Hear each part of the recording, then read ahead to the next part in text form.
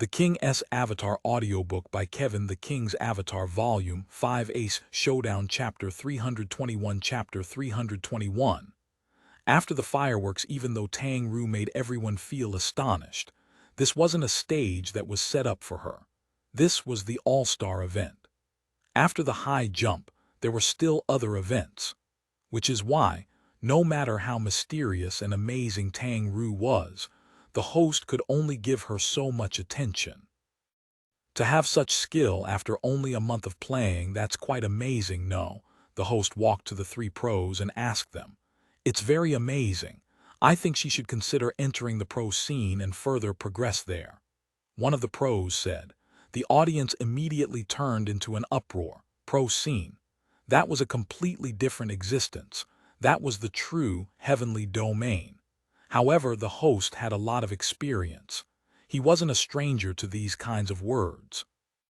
The words were more of an exaggerated compliment. He didn't want to switch the focus back to Tang Ru at this moment, so he just laughed and continued to interview the pros. Afterwards, he interviewed the remaining players, even the sharpshooter, though when it got to him, the entire crowd booed. The sharpshooter clearly wasn't in a good mood. After answering 2 questions, he concluded the interview. The host gave the chosen guests souvenirs and ended the event. This result made Chen Guo very pleased. She had the chance to meet with her favorite idol and talk face-to-face with her. She received the entire stadium's cheers during the event, and in the end, she even won the acknowledgement of her idol. She couldn't be any happier. As for that shameful sharpshooter, she had long forgotten about him. Under the audience's envious stares, the two returned to their seats. Chen Guo sat down and patted Ye Xiu's back. She was the type of person who liked to share her happiness with others. Her way of sharing just happened to be more intense. That must have been fun, Ye Xiu laughed. It was very fun, Chen Guo said with her face full of smiles. And comrade little Tang. Ye Xiu put his hands up like a microphone and extended them towards Tang Ru's mouth as if he were interviewing her. It was pretty fun. Tang Ru smiled. The gaze she gave back to Ye Xiu seemed to hold a profound meaning to them. After a short break, the host announced the third event, Targets. This was also a traditional game played during All-Stars. The characters stood on a pillar and flying discs would come from all around them. Contestants could use any way they liked to break these flying discs and obtain points. The person who earned the most points was the overall winner. Next up, we invite Team Blue Rain's Huang Xiaoshan to pick this event's 4 lucky guests, the host shouted. The lights dimmed, and a pillar of light descended onto Huang Xiaoshan as he stood up and walked towards the stage. This guy actually did have a bit of stardom in him. As he walked, he waved to the crowd. Hello, Xiaoshan. The host shook Huang Xiaoshan's hand. Hi to you, hi to me, hi everybody. Huang Xiaoshan's opening words were always more than other people's. The host clearly knew about his situation and began to sweat on the inside. The event was a live broadcast, so there was a certain time limit for each event. He couldn't give him the chance to talk too much or else they would go off schedule. As he thought about this issue, the host didn't give an introduction and directly asked, Xiaoshan, how do you plan on picking our 4 lucky guests? I want to use 4 different ways to pick our 4 lucky guests, Huang Xiaoshan said. He really does like to talk, the host muttered to himself, with his face beaming like usual. Then how about we start? For the first method, I want to use the random selection. I want to see if I'll be able to yell out the number I'm looking for. Bro in charge of the machine, when you hear stop, you've got to be quick, Huang Xiaoshan said. The host didn't answer back. He waved his hand and the numbers began to roll. Just like that. Why didn't you tell me first? Can I say stop yet? You can, the host said. Stop, Huang Xiaoshan shouted and the numbers stopped rolling. Huang Xiaoshan claimed that it had stopped on the number he wanted. No one knew if he was telling the truth or not. The host just complimented him with an amazing, and then asked the person with that seat number to come up. The second method, the third method, the fourth method. Huang Xiaoshan really did use 4 different methods to choose 4 guests. The host quickened the pace and shortened the interviews. The 3 pros that signed up came up and then they were rushed over to their match platforms. The lights dimmed. This time, the projected map wasn't the first to appear. The 8 characters appeared, scattered around the stadium. They were quite far from each other. Afterwards, the sounds of metal clanging rang out and pillars of the same size began to rise up from the stadium, lifting the 8 characters into the air. Ready. After the pillars locked into place, the host shouted, "Begin!" As soon as his words fell, countless whooshes sounded out and flying discs began shooting towards the 8 players. Every flying disc was a different size and they flew at different speeds and angles. This was only the beginning, though. Even normal players wouldn't have trouble dealing with these flying discs. The 8 characters drew their weapons, and the sound of them breaking the flying discs were quite pleasing to the ear. In addition, after the flying discs broke, they would explode into bright, dazzling colors like fireworks. This was a first for this event. Even though it was the same game, after each game, something new would be added. These fireworks didn't impact the game's difficulty, but under the projection technology, the visual effects made it look much better. Whoosh, whoosh, whoosh. The flying discs continued to fly out, faster and faster, more and more. The normal players were beginning to have trouble and soon, some were unable to keep up. If the flying disc hit a character, then the character would lose some health. And if the player wasn't careful, he could be hit off the pillar. If the character's health depletes to 0 or if the character falls off the pillar, then the player would be eliminated from the game. If the character dodged the flying discs, then no points would be earned. Oh no! Along with a cry, one of the normal players made too large of a step when dodging and stepped off the pillar. He was immediately eliminated from the game. As for the other 3 normal players, even though they didn't directly fall down, in the end they weren't able to completely block the flying discs.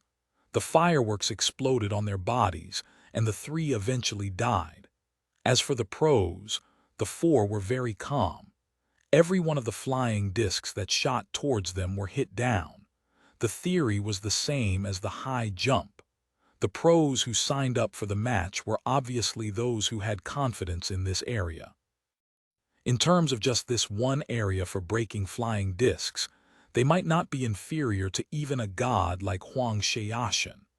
As the flying discs flew faster and faster, the bright fireworks continued to explode around the 4 pillars. The dazzling colors poured down, glimmering as if it were raining coins. The applause and cheers from the audience were like thunder, allowing these colorful flowers to fully bloom. Finally, when the final round exploded and descended down like falling stars, the flying discs stopped flying out. The 4 characters were still standing on the pillars. If the contestants who signed up weren't able to last until the end, then they might end up as a laughingstock. The results quickly came out. Quan Zhi Gao Shou won first, but even he wasn't able to hit every single one of the flying discs. In the end, he missed 2 of them. As for the other 3 pros, they missed many more. The pillars gradually fell. The characters were sent back to the ground and then faded away. The 8 participants returned to the center of the stage to be interviewed. This time, Quan Zhi Gao Shou was put last. In addition, the host only asked him a single question about how he was feeling. The host answered with a short thank you and then concluded Quan Zhi Gao Shou's interview. The 3 events all had their own good and bad points. Now they were over. This time, there was a relatively long break in between. Many of the audience members got up to move around, go to the restroom, etc. Chen Guo's thoughts were still on the second event. Ye Xiu seriously doubted that she had paid any attention to the third event. She was completely in her own dream. The stadium's lights brightened. Chen Guo came back to reality, and after seeing everyone go to the restroom, she immediately had the same feeling. "Little Tang, are you going?" Chen Guo asked. "I don't need to," Tang Ru said. As a result, Chen Guo went by herself. Ye Xiu continued to look around when he saw Tang Ru sitting at Chen Guo's seat looking at him. "What's up? Who are you really?" Tang Ru suddenly asked. Miu Miu's voice is very pleasant to listen to and it's unique. I can recognize it," Tang Ru said. "Oh, what's unique about her voice? Her words are very clear and clean." "How is that unique?" "And also that Huang Xiaoshan is actually flowing tree, right?" Tang Ru said. "But you haven't heard much from him, right?" Ye Xiu said. "But his voice is also unique. When he speaks very fast, his words become more pointed." Tang Ru said. "You seem to have very good ears." Ye Xiu said. "You don't seem like anyone ordinary either. Tell me, who are you?" The King's Avatar Volume 5 Ace Showdown Chapter 322 Chapter 322 Secret Operation He He. Tang Ru gave a sly smile. "Keep on guessing." "But isn't it already obvious who you are?" "Oh, Ye Xiu is Ye Xiu, no? Am I right?" Tang Ru asked. "Yup." Ye Xiu's calm reply surprised Tang Ru. She thought that she had seen through his true identity, yet he didn't seem to have any sort of reaction to it. Be it giving an excuse or telling her to keep it a secret, she didn't expect him to reply so nonchalantly. If he really didn't care, then why did he go so far as to change his name in order to hide his identity? Tang Ru couldn't understand. She looked at Ye Xiu and hoped to hear a reason why. But Ye Xiu returned a sly smile. "You want to know why I use two names? Unfortunately, I can't tell you that." "Oh," Tang Ru answered calmly. Even though she was curious, she could control it. If he didn't want to reveal his secrets, then she wasn't going to dig deeper. "Can I tell Guo?" Tang Ru asked. "Up to you." Ye Xiu was as nonchalant as before. It isn't hard to imagine how she would react. Tang Ru grinned. "That's hard to say. She might feel like her dreams were crushed," Ye Xiu said. After Tang Ru thought about it for a bit, she nodded her head. "That's true." Ye Xiu chuckled and didn't say anything more.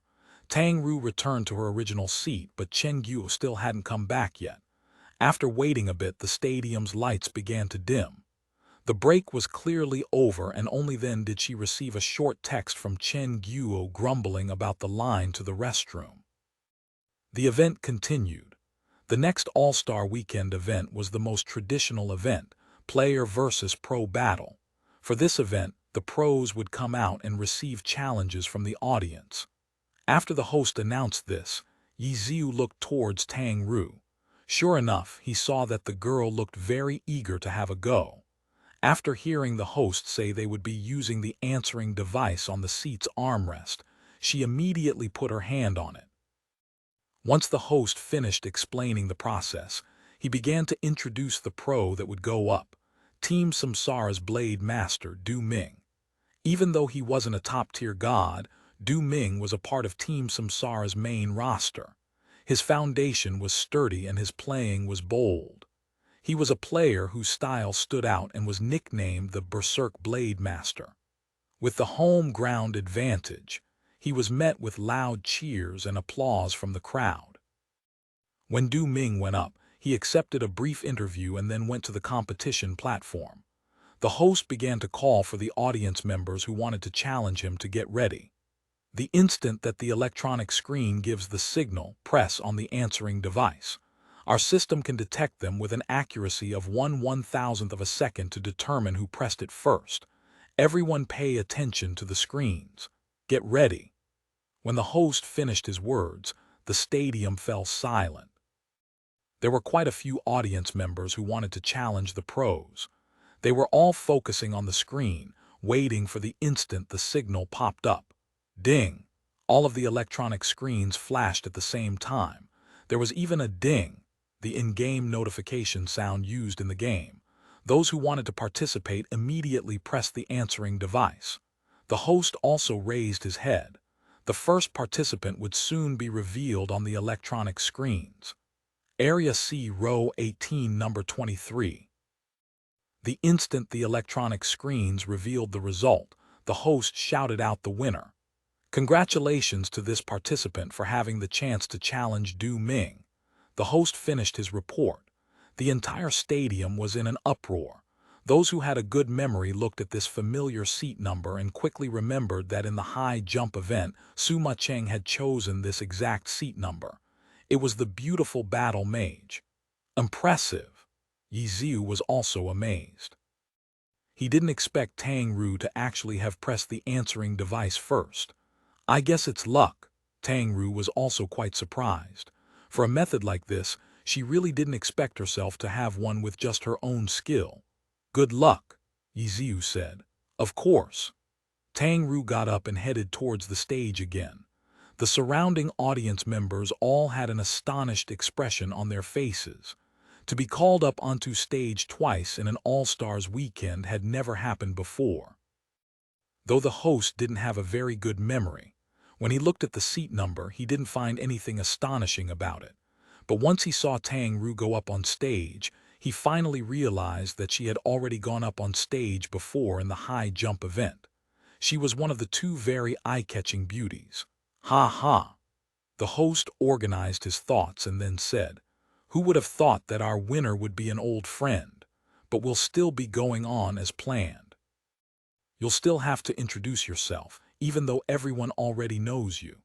"My name is Tang Ru and I play as a battle mage." Tang Ru smiled. She has only played Glory for a month and she's already gotten the chance to play with a pro player up on stage. Not only that, but she's about to get her second chance. "Miss Tang, your luck really isn't ordinary." Tang Ru had been the most eye-catching of all the guests that had come up on stage, so the host at least remembered this about her. "I'm very honored," Tang Ru said. "Then let us see how you'll do." "Oh right, do you still need an account?" the host said. "Yeah, I do," Tang Ru nodded her head. "Is the one you used previously okay?" the host asked. "That's fine," Tang Ru didn't object. After receiving her account card, Tang Ru went to the competition platform. Right now, the audience were murmuring about her ridiculous luck. Chen Guo returned from the restroom, and when she heard this, she cried out in surprise at Tang Ru's luck. Ye Xiu, on the other hand, was aware that it might not necessarily be luck. Tang Ru had talent in Glory. No one doubted this. Even someone like Wang Jixi recognized it. And today, under the eyes of all the pro teams, Tang Ru had made a grand display. After knowing that she had only played Glory for only a month, that sort of performance was enough to catch the attention of these pro teams. As for Samsara, using their home ground advantage, they could very easily rig it so Tang Ru would be invited for this event. Tang Ru's second appearance might not have been luck. Ye Xiu thought of this as the match officially began. The maps were chosen by the player. Tang Ru didn't have any maps she was familiar with and just chose a random one. The two characters appeared on the map and rushed towards the middle of the stage. Soon after, they both appeared within each other's sights. The two players didn't have their characters stop. They continued to rush forward. Just before they were about to close in, a blade flashed. Du Ming had made the first move. Tang Ru immediately moved and her character sidestepped it. She was also the type who liked to initiate, but before she could do so, the other side attacked. For Tang Ru, being at a disadvantage as soon as the match started was something she rarely saw. Du Ming's hit didn't connect, but he didn't give any chances for Tang Ru to counterattack. His character turned his hands and used an upward slash. Tang Ru reacted quickly and rolled to the side, dodging it. Triple slash, sword draw, rising dragon slash. A rapid combo flowed out from Du Ming's blade master. Blade light flashed around Tang Ru's character. After just barely dodging the triple slash, the blade master's next hit connected with her back. Experience was something Tang Ru was severely lacking. Her decision-making clearly wasn't good enough and she was hit by the sword draw. The following rising dragon launched Tang Ru's battle mage into the air. Falling phoenix slash. Rising dragon slash into a falling phoenix slash was a commonly used blade master combo. To the audience, seeing the combo coming out of a pro's hand seemed to add to the impact. The descending slash could not be dodged and she was cut down from her waist. Du Ming wouldn't let up. After a falling phoenix slash, he followed up with a falling light blade and he chased after Tang Ru's falling character like an arrow. Tang Ru's quick fingers burst forth. As soon as she hit the ground, she quickly used a quick recover to roll to the side. Du Ming's falling light blade descended, but it had been dodged. When he lifted his head after finishing the animation, a battle spear thrust towards him like a viper. Du Ming hastily put up a guard. Dang! He blocked the dragon tooth and was pushed back several steps. Even though the guard had been successful and he wasn't stunned, the damage was only reduced and he would still take damage. Under this situation, a battle mage's chaser would be created. Tang Ru fired the neutral chaser towards Du Ming. The chaser automatically chased after the target and couldn't be dodged. But just as it was about to explode, a blade light flashed and the neutral chaser was split into two before exploding. Du Ming had sliced it apart. How unfortunate! The audience wasn't too interested in this match. They all hoped to be able to go up onto the stage and fight with a pro. As for those in the pro player seats, they were all watching the match intently. Like Ye Xiu, they were wondering if Samsara had rigged the event in order to have her come up onto the stage. Although this was also what they wanted to see too. Everyone wanted to know just how good this player, who had only played for a month, was. The King's Avatar Volume 5 Ace Showdown Chapter 323 Chapter 323 Noob Strategy, How Unlucky. Quite a few pros sighed after seeing Tang Ru's chaser get blocked. If she hadn't used Dragon Tooth that time and used a Rising Dragon Soars the Sky instead, then Du Ming probably would have been hit. Yeah, this girl's hands are very quick. If she had used a Rising Dragon, it would have certainly connected. So she really is a new player. She hasn't used a single level 40 and above skill. It truly is unfortunate. Usually, the pros rarely went into such a serious discussion over the four-show All-Star Weekend. And as the pros discussed, the audience's mood also began to move. They had thought that after being hit by the sword draw, Tang Ru's battle mage would be locked into a combo. No one had thought that Tang Ru would be able to quick recover after being hit by the falling Phoenix Slash. It has to be known that a character hit by falling Phoenix Slash would crash down like a meteor, which was extremely quick.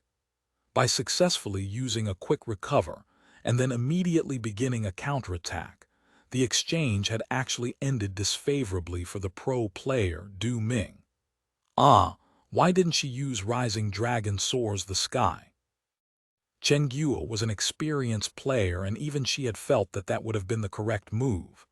Rising Dragon Soars the Sky, she probably doesn't know how to use it, Ye Xiu said. Oh right, I forgot. Chen Guo suddenly realized. Do you think little Tang has a chance at winning? Chen Guo asked Ye Xiu. You, don't look down on pros. As soon as he said this, the tables turned. After Tang Ru comboed a few times, Du Ming quickly seized an opportunity to take back the initiative. He used several skills and normal attacks to restrict her, luring the inexperienced Tang Ru into a trap, which ended with Tang Ru getting hit by the level 70 Blade Master's ultimate skill, Formless Phantom Blade. Under the relentless slashes, blood flew out all over the stage from Tang Ru's battle mage. The electronic screen soon showed the combo count. Mirage Blade relied on the player's skill to fully utilize the combo. The higher the combo, the higher the damage. Currently, the highest record was 13, and there were already many blade masters who could reach this, but no one had gotten to the 14th blade yet. In order to achieve what looked to be the limit, the move's distance and angle had to be calculated. Du Ming's Mirage Blade had completed early because of Tang Ru's extremely quick reactions. She was able to force a dodge even in a hopeless situation, causing Du Ming to end the Mirage Blade at 10 blades. The final blade made by Mirage Blade had a strong blow-away effect.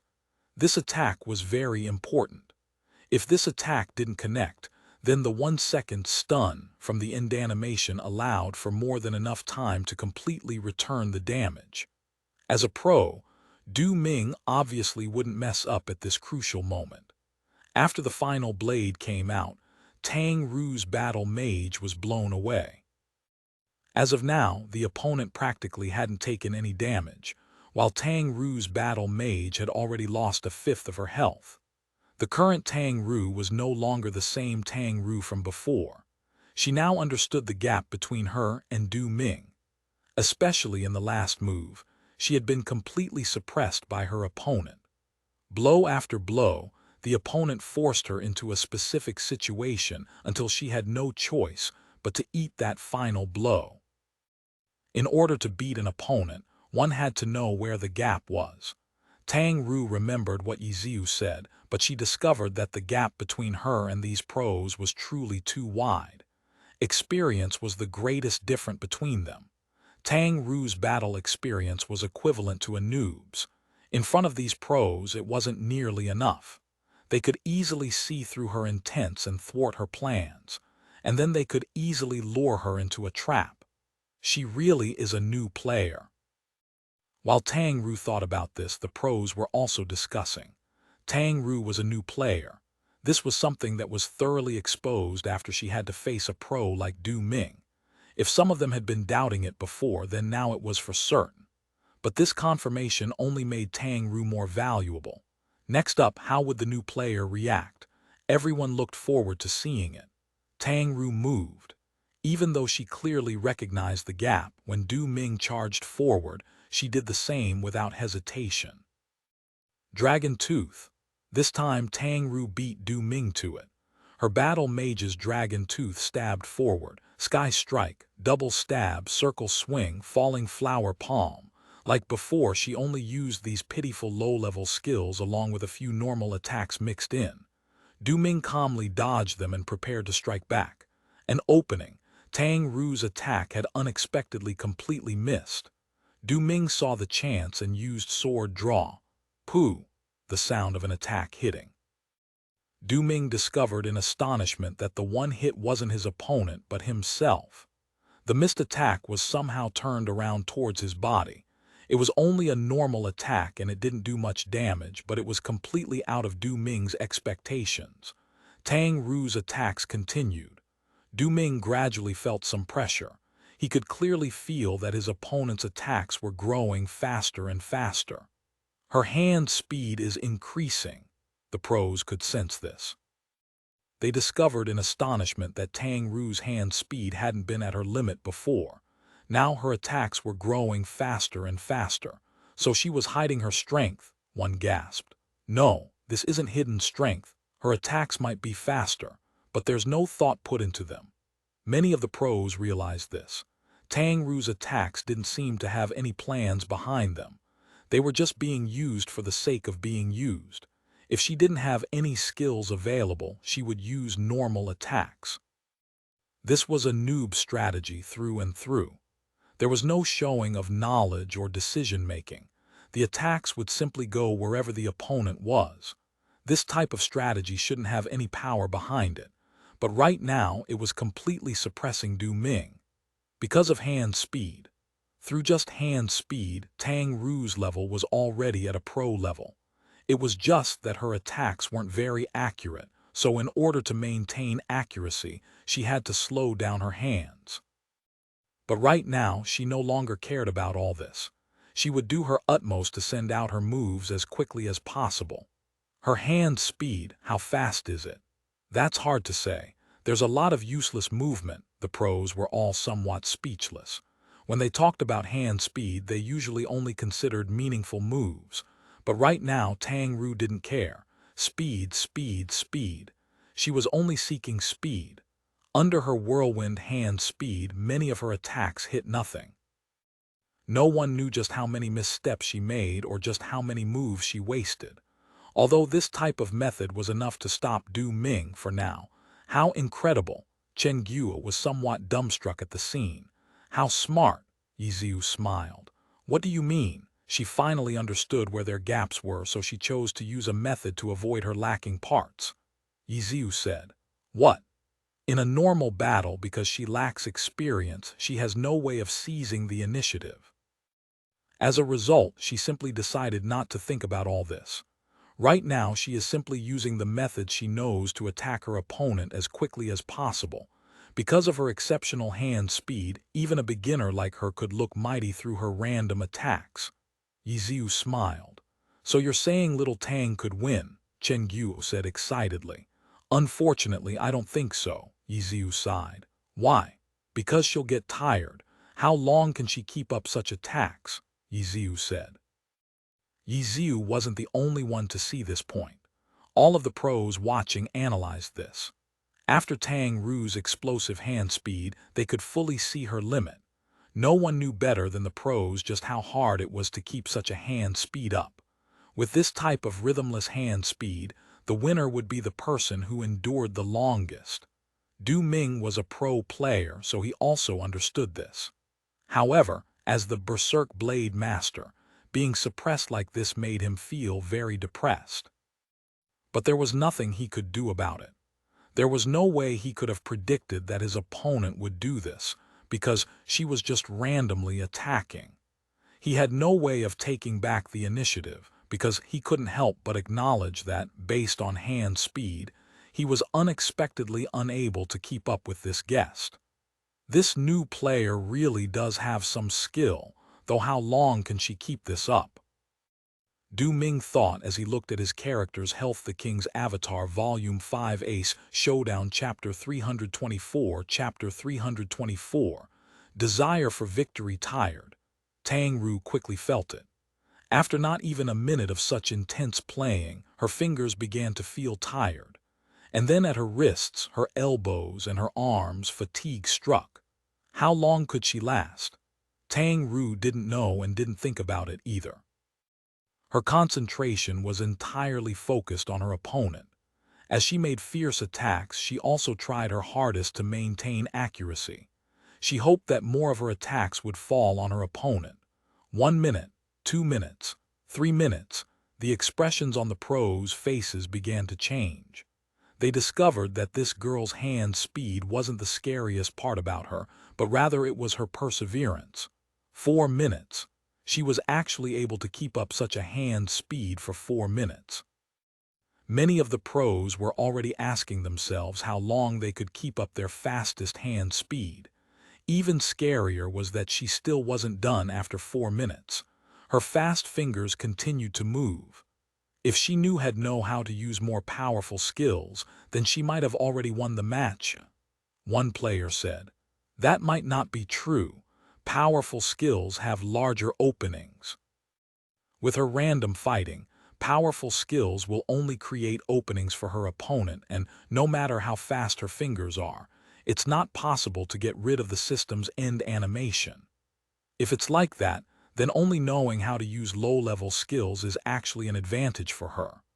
Unfortunately, low-level skills don't do much damage and her accuracy is quite poor too.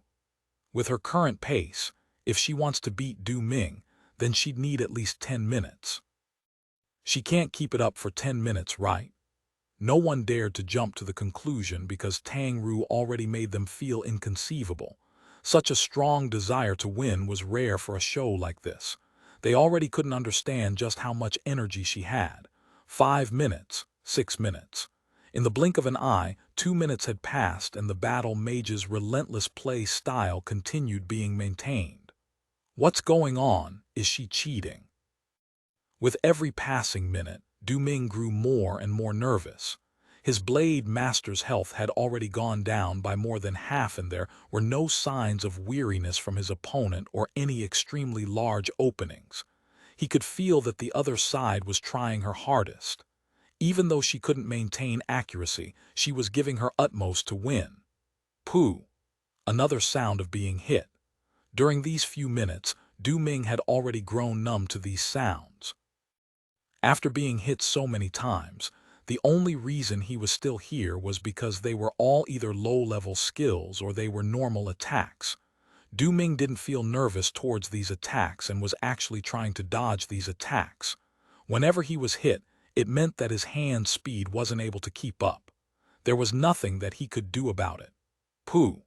Who would have thought that not long after, another sound resounded. Du Ming was hit again by Tang Ru's battle spear. Pew pew poo poo. In the next minute the sounds of being hit became more and more hurried. Du Ming's blade master was hit multiple times. "What's going on?" Du Ming was startled. The pros were also startled. "Her hand speed is still increasing." "No, not her." Suddenly, some of the more perceptive players noticed the issue. It's not that her hand speed increased, but rather Du Ming's hand speed slowed down. Even though her attacks have no strategy behind them, Du Ming has also been trying his utmost to dodge these attacks. If not for that, he would have died a long time ago. If the opponent attacks faster, then he also has to dodge faster. In a high-speed battle, speed isn't only used by one person, but rather, they were used by both sides. Even though Du Ming isn't using as much energy as his opponent, he was the first to be hit by the fatigue. Just when everyone was wondering whether Tang Ru would be able to last for 10 minutes, they astonishingly discovered that the first one that would be unable to persist was Du Ming. Attacks continued to land on the blade master. Du Ming startled at first, thinking that his opponent's hand speed had increased, but he quickly noticed that he had been the one that had slowed down. And now, he was already at a red blood status. He was going to lose. Du Ming finally realized. From the beginning to the end, he had never considered this. No matter how fast his opponent's hands were, she was just an inexperienced new player. How could she keep on using such a barbaric strategy to the end? This was the origin of Du Ming's confidence, but he didn't think that the opponent would really last until the end, up to the point where even he wasn't able to keep on going. Du Ming is going to lose. He lost because his desire to win wasn't as strong. One player sighed. Everyone was silent. Without a doubt, for a show like this, the pros really didn't care about winning. When going against normal players, they didn't need to care about winning. But for normal players, it was different. Beating a pro player had a different meaning to them. Their desire to win would, of course, be much greater than a pro's desire. The desire to win and their hand speed was the difference between Du Ming and Tang Ru. This difference was completely grasped by Tang Ru, while Du Ming's confidence, that there was no way he would ever lose, was now exposed. The already somewhat panicked Du Ming was unable to come back when in red blood and his blade master quickly fell to Tang Ru's battle mage. The entire stadium was silent. This year, there were too many unprecedented events in the All-Star weekend. And now, a normal player had even beat a pro player. This match clearly wasn't a match that was meticulously planned. Even the audience was able to see that Tang Ru's crazy hand speed had firmly suppressed Du Ming. No one thought of cheering at this moment. This was Samsara's home ground and Du Ming was one of their main players. Being beaten by a normal player was absolutely shameful to the majority of the audience. After a moment of silence, someone suddenly shouted angrily. After that, rowdy jeering spread to every corner of the stadium. For their own team, fans didn't only support them, but when there was something that they weren't happy about, they would mercilessly speak out. This was where these angry shouts originated from. In addition, everyone was together. Nobody talked about what Tang Ru wasn't. They were all pointing out how useless Du Ming was. From the beginning till the end, not only did Du Ming lose, he lost miserably. In the end, the match took 7 minutes and 34 seconds. Du Ming had been thoroughly suppressed for 7 minutes, all the way until he had died. The angry shouts grew louder and louder, and the words they were saying grew more and more varied. The audience was completely out of control. The host's voice was drowned out by them, and no one could hear what he was saying. These sort of shouts weren't unfamiliar to a pro player. Many had experienced this before. For example, when Excellent Era's Liu Hao gave away the match, Excellent Era's fans mercilessly swore at him. Amidst these angry shouts, Tang Ru and Du Ming left their platforms and stood at the center of the stage. The shouts immediately rose to even high volumes, and Du Ming was so sad that he wanted to die. After constant calls to keep order, the host was finally able to calm the down audience a bit. "Look at that guy's face. Ha ha ha ha. Chen Guo excitedly handed the binoculars over to Ye Xiu, while laughing uncontrollably. This immediately drew numerous angry glares from the surrounding audience members. After Ye Xiu took the binoculars, he found that he was in a dangerous position. After all, Chen Guo was a beautiful girl, so she had a bit of privilege. If he laughed as arrogantly as she did, then he couldn't guarantee that the furious audience members wouldn't get into a fight with him. After using the binoculars to take a look, he saw that Du Ming's expression really was quite splendid. On the other hand, Tang Ru didn't look any different than the previous match. Her energy and determination were definitely her greatest talents. After the stadium gradually calmed down, the host's voice could finally be heard. But the first to speak wasn't the host, it was Du Ming. He took the initiative to ask for another match with Tang Ru. His intent was obvious. He wanted to win the match to regain his honor, but who would have thought that he would bring in another round of laughter? A pro player wanted to compete with a normal player. In their eyes, his challenge only proved how little of a future he had. Du Ming's face turned even more ugly.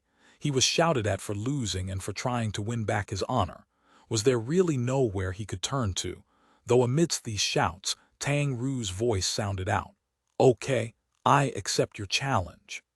The entire stadium went into another uproar. The situation had turned into Du Ming challenging the normal player. There were still those who were angry at Du Ming for having no future, but Tang Ru's arrogance also brought about a lot of discontent. Quite a few impolite words were thrown down towards Tang Ru. After all, Du Ming was the person that they truly supported. It was tough love.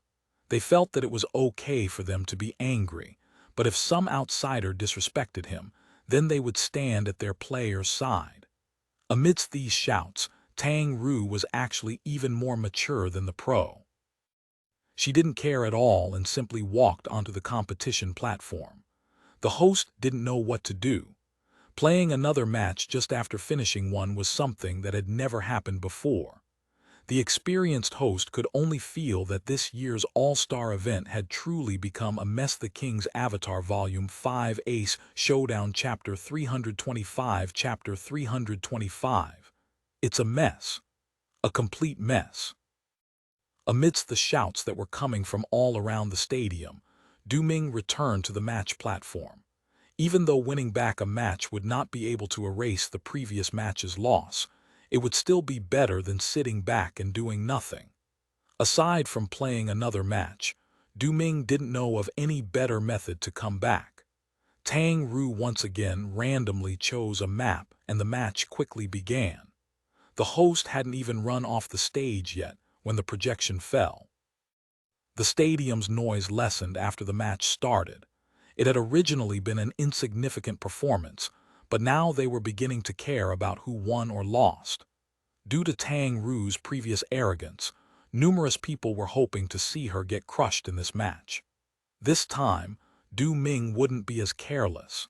He wouldn't carry the attitude that he would certainly win.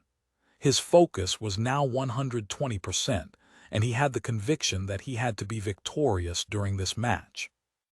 The two sides fought and Du Ming quickly seized the advantage. Du Ming's fingers also flew quickly and he took the initiative time and time again. He wanted to return everything Tang Ru had done to him, back to her. Du Ming's hand speed might not be as good as Tang Ru's, but the quality of his actions was on a completely different level. Every action maintained accuracy and effectiveness.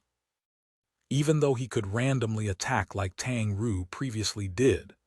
As a pro player, if he used that sort of tactic, he'd probably drown in the audience's spittle. He had to win, and he had to win beautifully to let everyone know that the previous loss was just a mishap, an anomaly. His own skill completely soared above this normal player. As for Tang Ru, she repeated her old strategy and randomly attacked by moving her fingers as fast as possible. This time the feeling of fatigue struck faster while her opponent was brimming with battle spirit. The two sides began a true contest of hand speed. One side had quality, the other side had speed. Comparing the two, Tang Ru's hand speed really wasn't that much faster than his, but the quality of Du Ming's actions were much, much better than hers. In the end, the quality won. But Du Ming didn't have it easy either. He couldn't have imagined that such a pretty girl who just had an intense battle would accept another match without any rest. He could win this match, but it would be quite difficult to win as beautifully as he'd have liked. Regardless, he had to win this time. Du Ming clenched his teeth and fought, but Tang Ru didn't back down either. The pros were once again astonished. Even under this situation where she had already won a match, she was still going to maintain such a strong desire to win. Was she really just a normal player? The pros discovered that they were all wrong. Even though her skill level was truly inferior to theirs, she still caught their attention. She wasn't like the other normal players. She wasn't thinking how amazing these pros were or how superior they were to them. She truly wanted to beat them. This wasn't just for fun. It was a true competition. This girl's abnormal. One player couldn't help but make this somewhat impolite evaluation.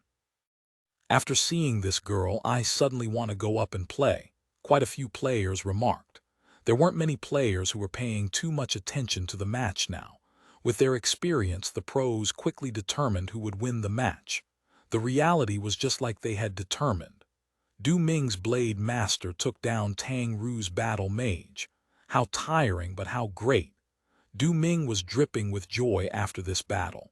When he got down from the competition platform, he was nearly smiling. At the center of the stage, the host was already somewhat speechless towards these two.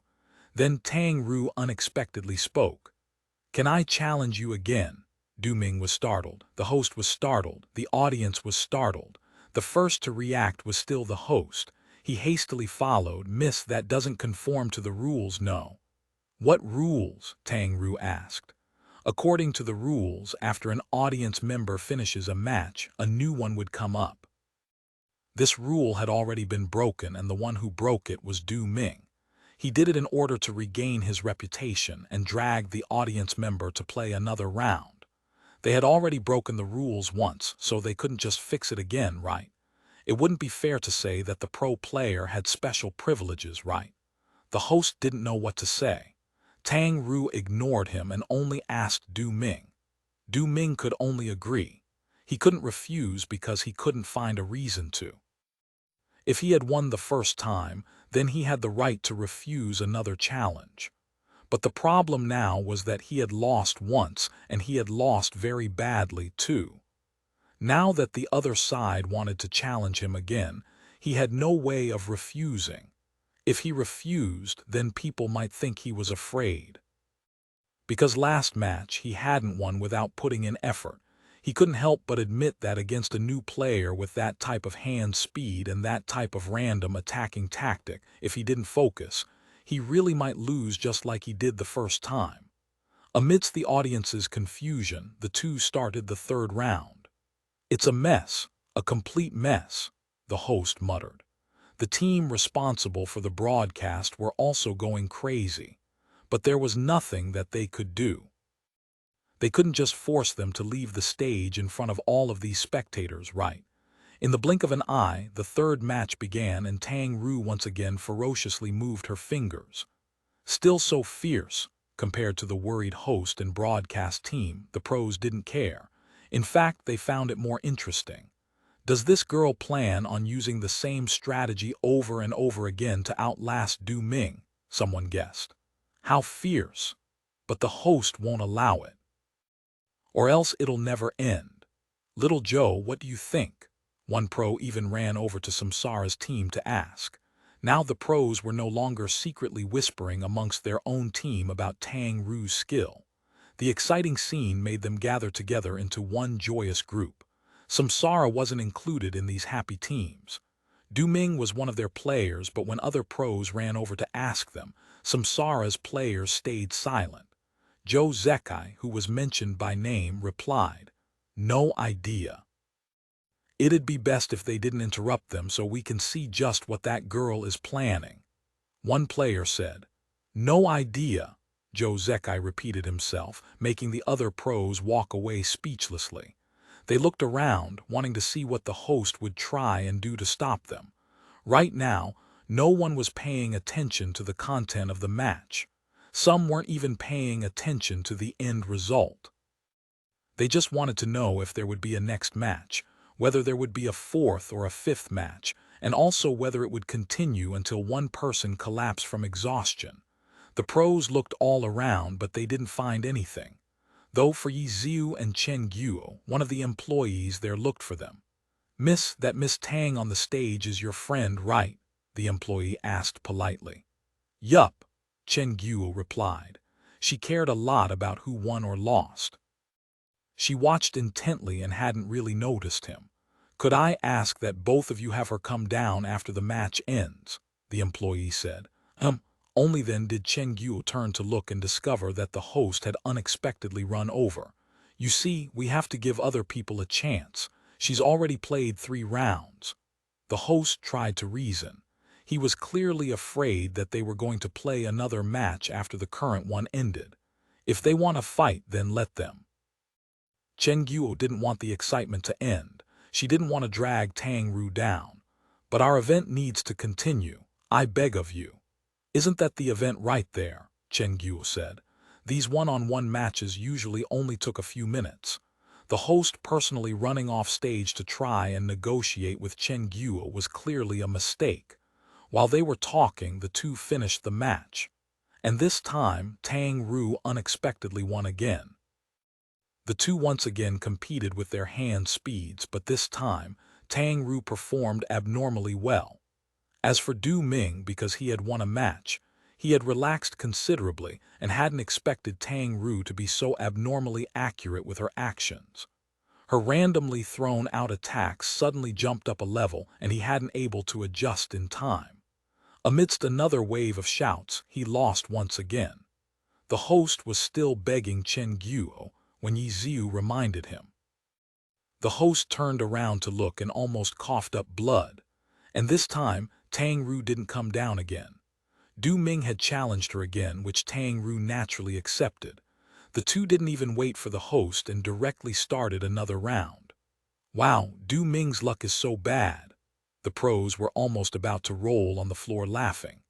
In this match, Tang Ru's unsteady actions suddenly became more on point out of nowhere, catching Du Ming off guard. After losing a match, he had to win the next one to win back some of his reputation. If he won again after that, then that would truly be better. But he unexpectedly lost another one. Who knew how many more he needed to win in a row to win back his reputation? This time, the host didn't dare delay any further and hastily ran back. Forget about it. I'll call her down, Ye Xiu said. Chen Guo was a soft on the inside but hard on the outside type of person. In reality, she had already been convinced by the host. Her previous words were done to delay the host and help Tang Ru play another match. Now that she heard Ye Xiu say this, she nodded her head. All right, go ahead. The King's Avatar Volume 5 Ace Showdown Chapter 326, Chapter 326. Refusing to give up, Du Ming's face fell ashen. He didn't dare be careless anymore. He brought out 120% of his concentration and quickly seized the advantage. At the pro player seats, besides Samsara's players, everyone else laughed crazily. They could all clearly see that Du Ming's skill level was absolutely above that girl's. It was just that the girl wasn't a simple normal player. Du Ming had been careless and had unexpectedly gotten into such a low probability occurrence and lost. And that wasn't all. When the low probability occurrence happened again, they were beginning to doubt whether it really was a low probability. In the audience's eyes, when a pro player fought against a normal player, the pro should win 10 times out of 10. But currently, they had played a total of 3 matches and Du Ming had actually lost 2 of them. Another wave of boos and shouts flooded the stadium. Right now, even if Du Ming won the next match, he wouldn't be able to win back his reputation. In order to prove that those 2 losses had just been lucky flukes, He'd have to win at least 18 matches in a row. But they were at the All-Star event. How could they be allowed to do that? Thinking of this, Du Ming's mood fell even further into depression. But he didn't dare get distracted. If he lost again, then he wouldn't be able to even show his face anymore. The complete mess of a match continued. The stage showed the projection, and the host could only stand there with a face full of bitterness. He had already sent other employees to continue urging Chen Guo, and he constantly looked over in that direction. In the end, he saw Ye Xiu walk down, and after a short blank stare, he recognized him as someone who was with the two girls and immediately went to welcome him. "I'll go call her down," Ye Xiu said to the host. "Thank you, thank you." The host was so moved that he almost broke down crying. Ye Xiu looked around and pointed in a direction. "Can I go up that way?" The host stared blankly for a second before nodding his head. "Yes, you can." Ye Xiu nodded his head and followed along the edges of the stage to there. The host watched as Ye Xiu walked, and then the host scratched his head in doubt. Because of the projection, all of the lights were turned off for the match. The little ladder over there couldn't be seen in the darkness. That person seemed to be quite familiar with the stage. Although in the end, he had come to save the event, so the host settled down and continued to pay attention to the match's situation. This time, Du Ming actually went all out and completely dismantled Tang Ru's random attacking strategy. Du Ming carefully determined which of the random attacks were effective, which ones were misses, and through this, he ferociously sent out counterattacks. This match ended very quickly, and the host reckoned that his rescuer wouldn't be able to make it in time. But if the two came down to talk, there was no if. Tears streaked down the host's cheeks. The two didn't come down from their platforms and began a new match. And this time, the entire audience was able to see that the person to make the challenge was once again Du Ming and not the loser, Tang Ru.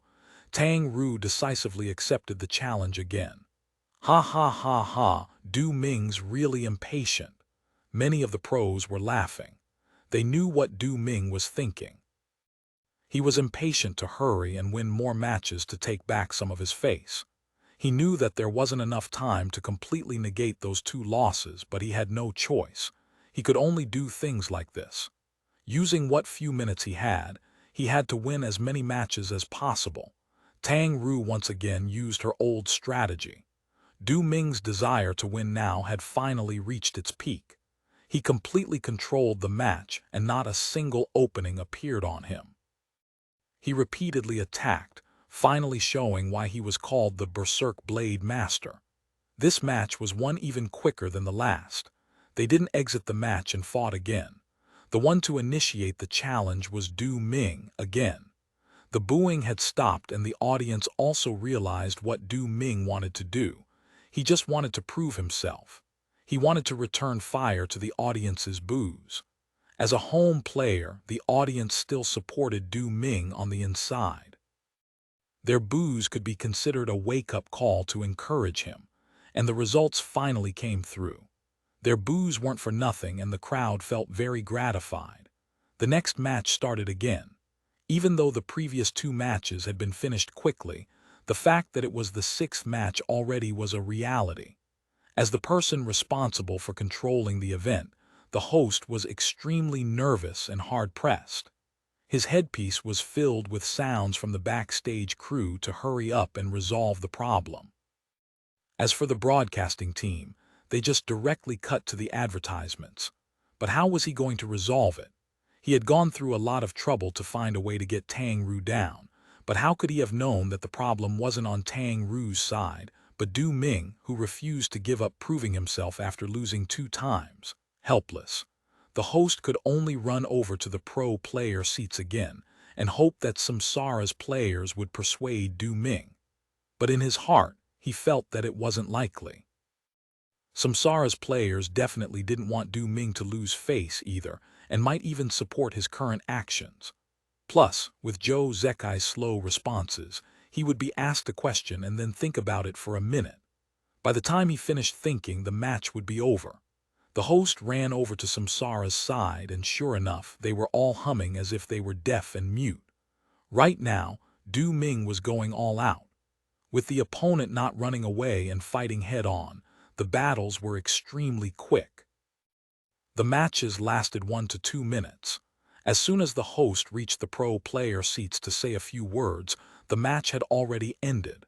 The winner was, once again, Du Ming, and the person who refused to rest was also Du Ming. 3 wins in a row, Du Ming counted. How many matches did he need to win? He didn't have a count in his head. He just knew that there wouldn't be enough time for him to get all the matches he needed, so he didn't bother thinking about it. I'll just keep going until someone stops me, Du Ming thought, and once again issued a challenge. The other side naturally accepted. The audience let out astonished cries. When was this complete mess of a battle going to end? As soon as they began, Du Ming immediately put his whole mind and body into the match. The host tried his hardest to persuade Samsara's members. However, these friends of Du Ming clearly exposed their team's tacit agreement. Their thoughts were the same as Du Ming, just keep going until someone stops them. But the ones who would stop them definitely weren't going to be Samsara. As a result, they all sought to delay or ignore the host. In the blink of an eye, another match concluded. Du Ming successfully won 4 times in a row. After displaying the skill a pro player should have, Tang Ru had no chance. Du Ming looked around, and since he didn't see anyone trying to stop them, he immediately issued another challenge. Tang Ru didn't hesitate and went to accept the next match. But when she moved her mouse, she felt a shudder. The instant she was about to click accept, a hand came out from the side and pressed down on her hand. Tang Ru was surprised, but she was quickly able to recognize who the hand belonged to. "That's enough," Ye Xiu called. Tang Ru lifted up her head, her gaze determined. "I can win." Ye Xiu nodded his head. "You can win, but he can too. For every 10 matches he wins, you will win 1. What is that supposed to mean? If you only wanted to prove that you could win, you've already done so." "I can beat him," Tang Ru said. "You think you can beat him?" Ye Xiu laughed. "I think you're making a big misunderstanding. In glory, you don't compete until the last player stands. You compete until the last character stands. Even if you kept playing until he became so tired that he had no way of continuing, I can assure you, the number of times he'll have won will be much greater than yours. In the end, he'll have been the one to win, not you." Tang Ru stared blankly. She stared at that battle mage on her screen and didn't say anything for a long time. "And I have to remind you that among the pro players, there are many players who are just as determined and tenacious as you are. Don't look down on others." Ye Xiu followed. The electronic screen stayed fixed like this. Previously, the match had always started immediately, but this time there was no response. Why isn't she accepting it? Du Ming was very impatient. Currently, the score was 5 to 2. He felt that it wasn't even close to enough. He still wanted to win more to prove himself. What's wrong? Can she not go on? The pros weren't laughing anymore and were discussing amongst each other again. For the teams other than Samsara, they didn't care at all about what Du Ming was feeling. They wanted to use this opportunity to see just how good this new player was. The only happy one was the host. He reckoned that the rescuer had finally arrived and persuaded the girl to stop playing. As a result, the host stopped bothering with Samsara's players and ran back to the stage. On the screen, Tang Ru's game interface had gone dark. She had already logged out from the game.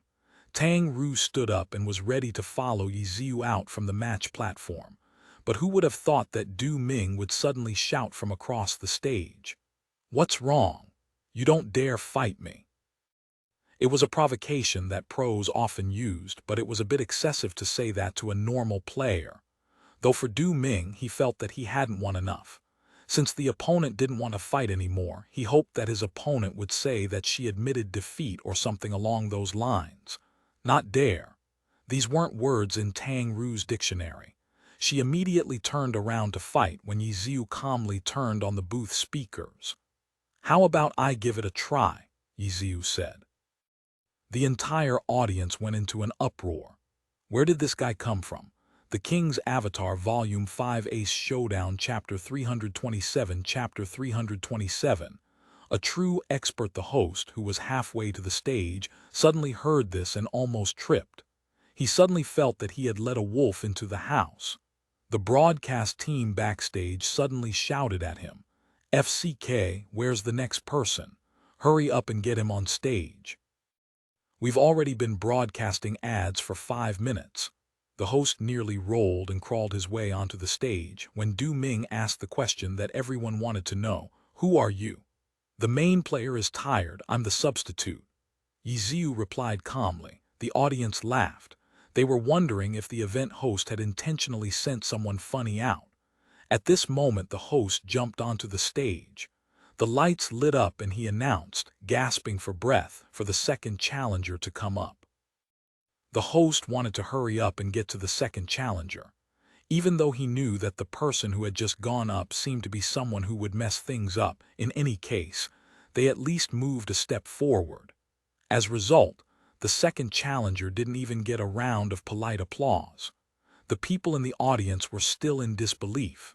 They didn't even know how this guy had gotten up onto the stage.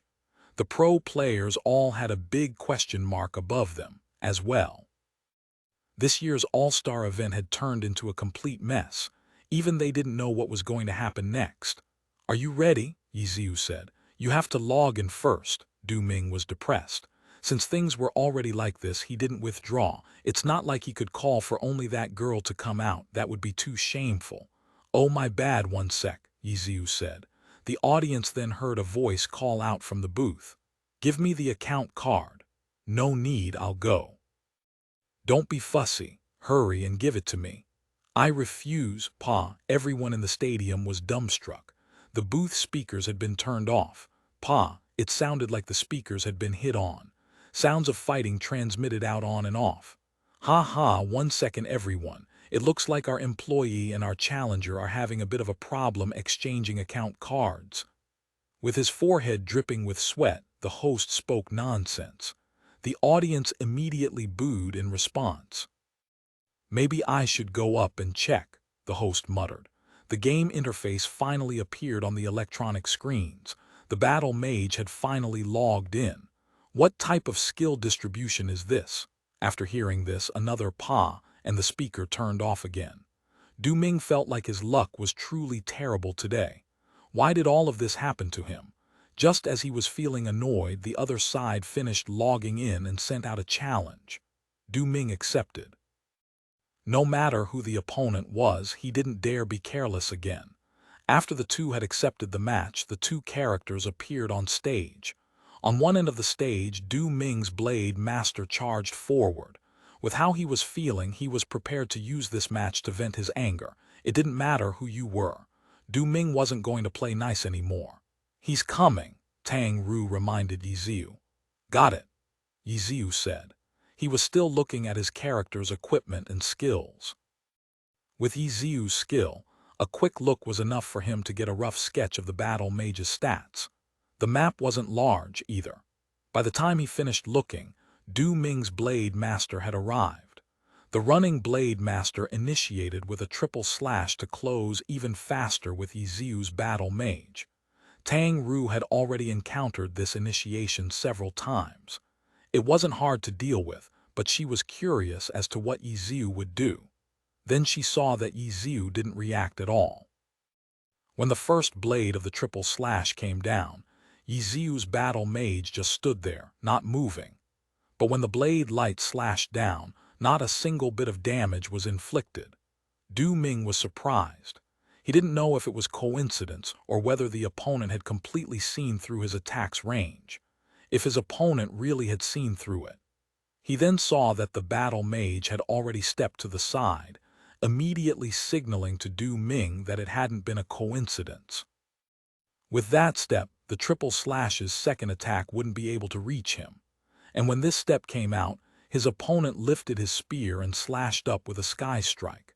Du Ming had been prepared and hastily stopped his triple slash's animation, putting up a guard to block the sky strike. But when he moved his mouse to lift his sword, he discovered that the sky strike had come at a nasty angle, making it so that his guard wouldn't be able to block it. Pooh! Sure enough, the sky strike had arrived before the guard and Du Ming's blade master was launched into the air. All this had occurred in an instant. The audience members weren't fully paying attention yet, but for those at the pro player seats, their eyes were all wide open. A single step and a single sky strike had accurately launched Du Ming into the air, sending him up with an unblockable attack. An expert. Many of them were already thinking of this. But it was still too early to make the conclusion with just that. Under this surprise, the pros stowed away their banter and began seriously looking at the match. Du Ming wasn't without options in the air. He was very serious in his playing for this match. In the air, he quickly adjusted his position. A falling light blade was used to force his character to come down. But the instant he hit the ground, there was nothing but air in front of his eyes. The battle mage had disappeared. The audience could see very clearly that the instant his falling light blade descended down, the battle mage had circled behind him.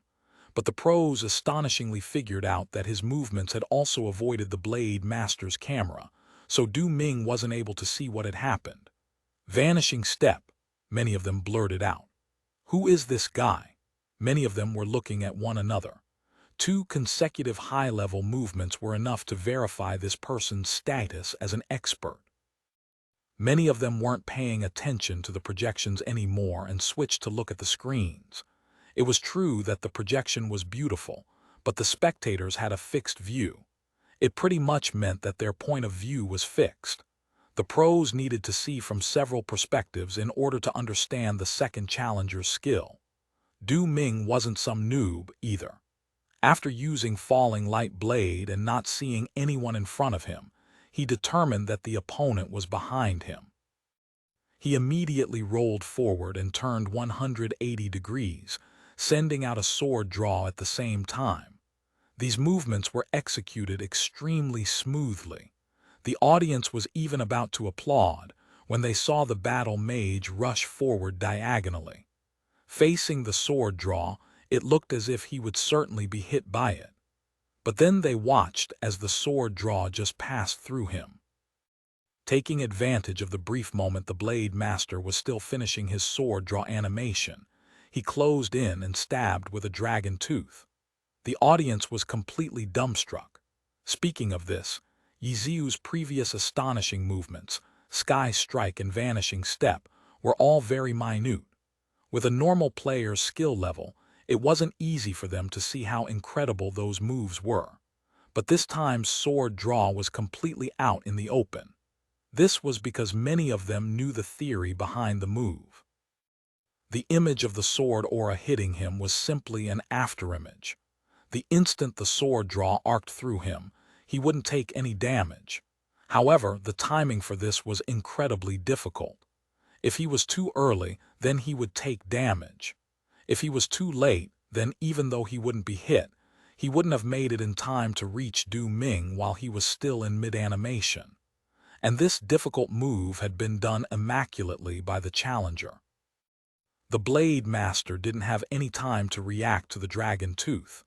It wasn't that Du Ming didn't want to dodge. It was that he was still in the brief stun from the finishing animation, and he had no way to move. The pros weren't the only ones to see the brilliance of his move. Except, should they still clap? Their 2 hands, which had originally been meant as applause for Du Ming's sword draw, were all suspended in midair now. The challenger's play had been brilliant, but he was still their home ground's opponent, so they were somewhat hesitant to clap. Though of course, there would still be a few who didn't care and cheered at the brilliant play. For example, Chen Guo. She hadn't been a Samsara fan from the start, and she knew that the one playing was Ye Xiu, so why would she care? Of course she would support him. The moment Dragon Tooth shot out, Chen Guo cheered and applauded as if Du Ming had been killed. After being hit by the Dragon Tooth, Du Ming's blade master was stunned again. Ye Xiu followed up with a sky strike. The blade master was once again launched into the air, but his falling light blade was still on cooldown. He had no way of using the same method to get out and could only hastily adjust his camera to see what the opponent would do. But when he tried, there was no one there. Vanishing step. Du Ming also realized at this moment. He almost wanted to cry. He was completely aware that he had come across an extremely difficult opponent. What the heck was this with this challenge competition? The following challenger was unexpectedly strong, and it turned out that he was even having trouble keeping up. Someone who knew how to use Vanishing Step to such a degree obviously wasn't another abnormal new player. This time he was up against a true expert. The King's Avatar Volume 5 Ace Showdown Chapter 328 Chapter 328. Unable to fight back double stab, falling flower palm, circle swing. Along with these skills flew various chasers of different elements. They flew out, coiled around the spear with dazzling colors. As for Du Ming, he was completely helpless against these attacks. After being hit by these low-level skills, he was slammed into the ground by a circle swing and blasted by numerous chasers, immediately dropping his healthy by a chunk. Who is this guy? A sliver of panic trembled across Du Ming's heart. Vanishing Step definitely wasn't a normal technique. It required a vast amount of experience as a base. Someone who didn't have a deep understanding of the game had no way of achieving it. Du Ming couldn't even determine what level the challenger's Vanishing Step had reached, but at the very least, he had already been caught by it twice. If it hadn't just been lucky and had been intentionally done, then this challenger's Vanishing Step had reached a frightening level. The previous opponent had been a new player who didn't even know how to use high-level skills. And now, he was fighting against an experienced expert who even knew how to use Vanishing Step. He definitely couldn't be careless. Du Ming concentrated harder. Even though this was still a show in the All-Star event, because of what had happened previously, Du Ming couldn't lose. He hastily pressed a key and his blade master rolled backwards after touching the ground. He didn't immediately rush forward to attack, but backed out instead and leaped backwards twice. His leap backwards made it look like he was running away. Du Ming knew that it looked somewhat shameful, and he could already hear a few boos from the crowd. However, running away was better than losing. Du Ming clearly understood that his challenger wasn't simple. He definitely wasn't the normal player like everyone else believed he was. Charging forward without feeling out the opponent's strength had been a very reckless action. He was nicknamed the Berserk Blade Master, but the Berserk pointed at his bold and unrestrained fighting, not recklessness. Du Ming knew that he was only a mid-tier character in the pro scene. It was quite possible that there was a pro player hiding in the audience. When he fought with Tang Ru, Du Ming had employed pro-level mechanics, but against Ye Xiu he felt a huge pressure. He didn't have confidence in solely using mechanics to win and was now using tactics he knew of. Temporarily retreating, escaping out of the opponent's momentum, and setting up a more favorable situation was his best option right now. After Du Ming made these movements, he earned a bit of disdain from the audience. Many of the players in the audience had limited skill. For high-level techniques like Vanishing Step, not just them, but even the pro players had difficulty recognizing it. Amidst these boos, the pro players' faces grew more and more serious. They were the same as Du Ming and felt that this challenger wasn't ordinary. Some of them were even beginning to look around to see if one of them had snuck off to have some fun. But when they searched, they found that all of the pros were sitting at their respective seats. Besides Du Ming, no one else was missing. What would happen next? Everyone looked forward to it. Du Ming chose to retreat, but his opponent, the second challenger, chose to charge forward. His spear shook and he sent out another dragon tooth. This challenger clearly wasn't a new person, but he acted the same as that girl and only used low-level skills. Some of the battle mage pros could tell that the battle mage hadn't distributed the skill points normally.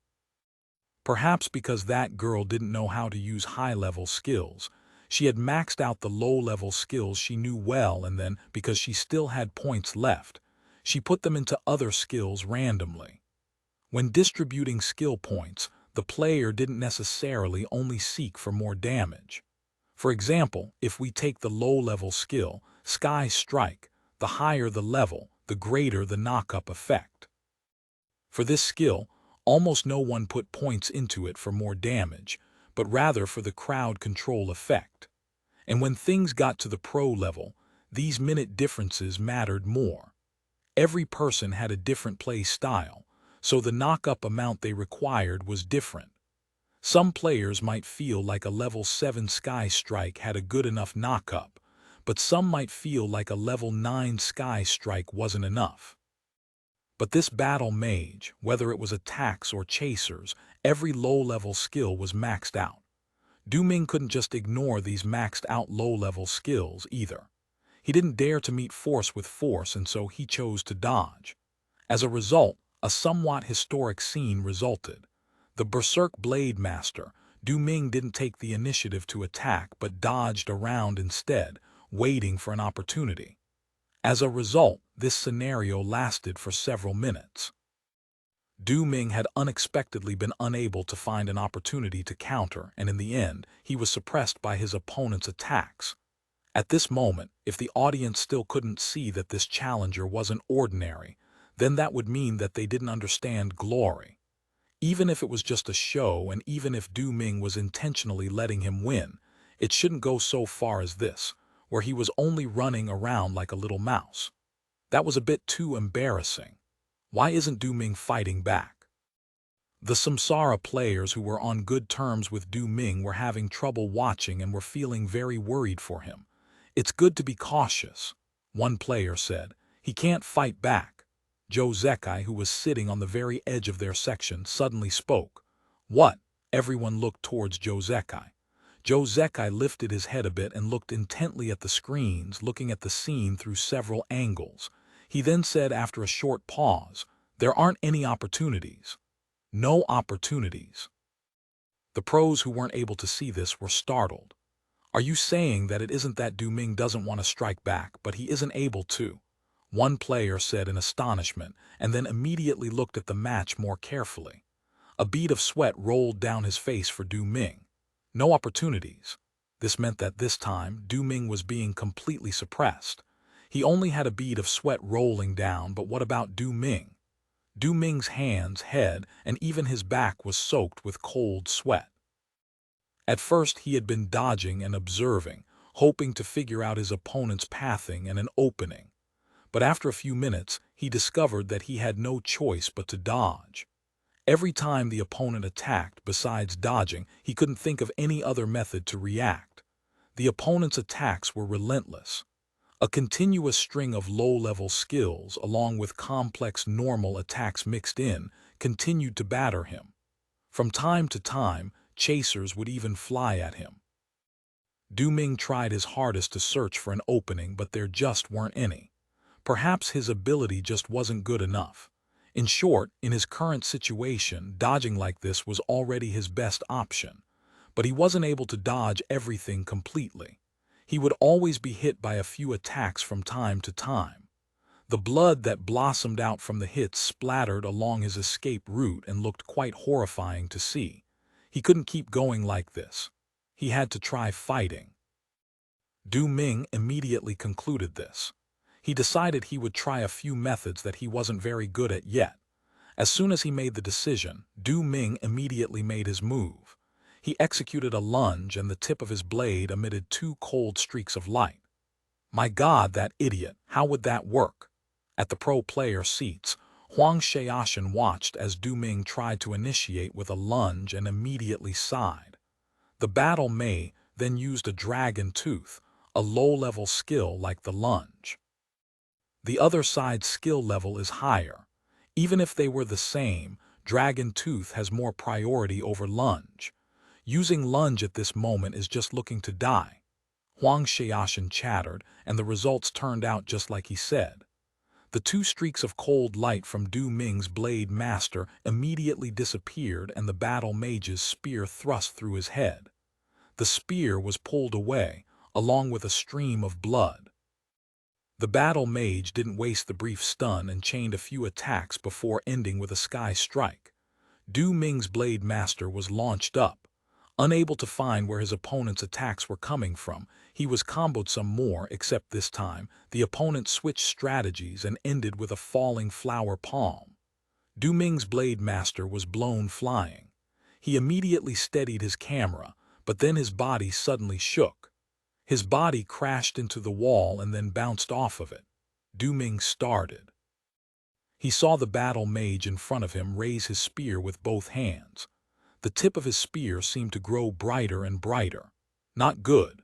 Du Ming cried out in his heart. Battle mage level 65 skill.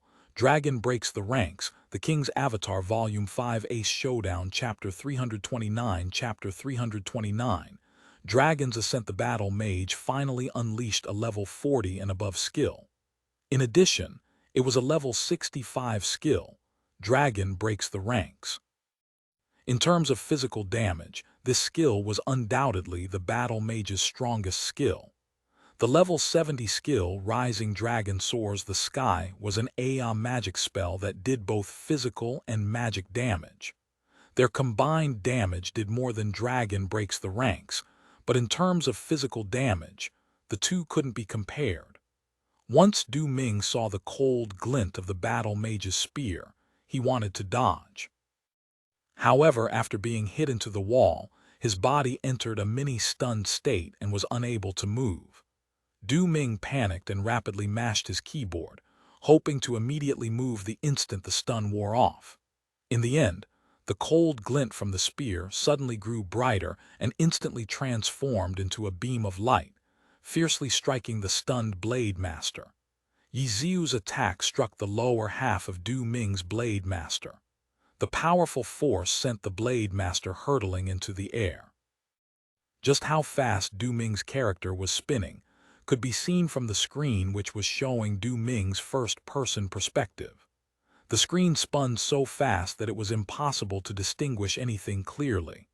At this moment, the player could only rely on his game sense, experience, and knowledge. Du Ming subconsciously acted and sent out two cold slashes as he spun, although to the audience it only looked like he was juggling. Right now, everyone's attention was focused on the battle mage. The battle mage held onto his long spear. His right hand pulled the end of it behind him, while his left hand supported the spear's front, which was slanted into the air. Another skill. Battle mage level 60 skill. Furious Dragon Strikes the Heart. The battle mage hadn't used any high-level skills for quite a long time, but as soon as he began, he unexpectedly used them one after the other. However, Du Ming's blade master was hit and was tumbling into the air rapidly by Dragon Breaks the Ranks. Would he be able to hit him? He would. Reality provided him the best answer. When the blade master hit his peak, during the instant where he was about to fall, the battle mage's spear soared.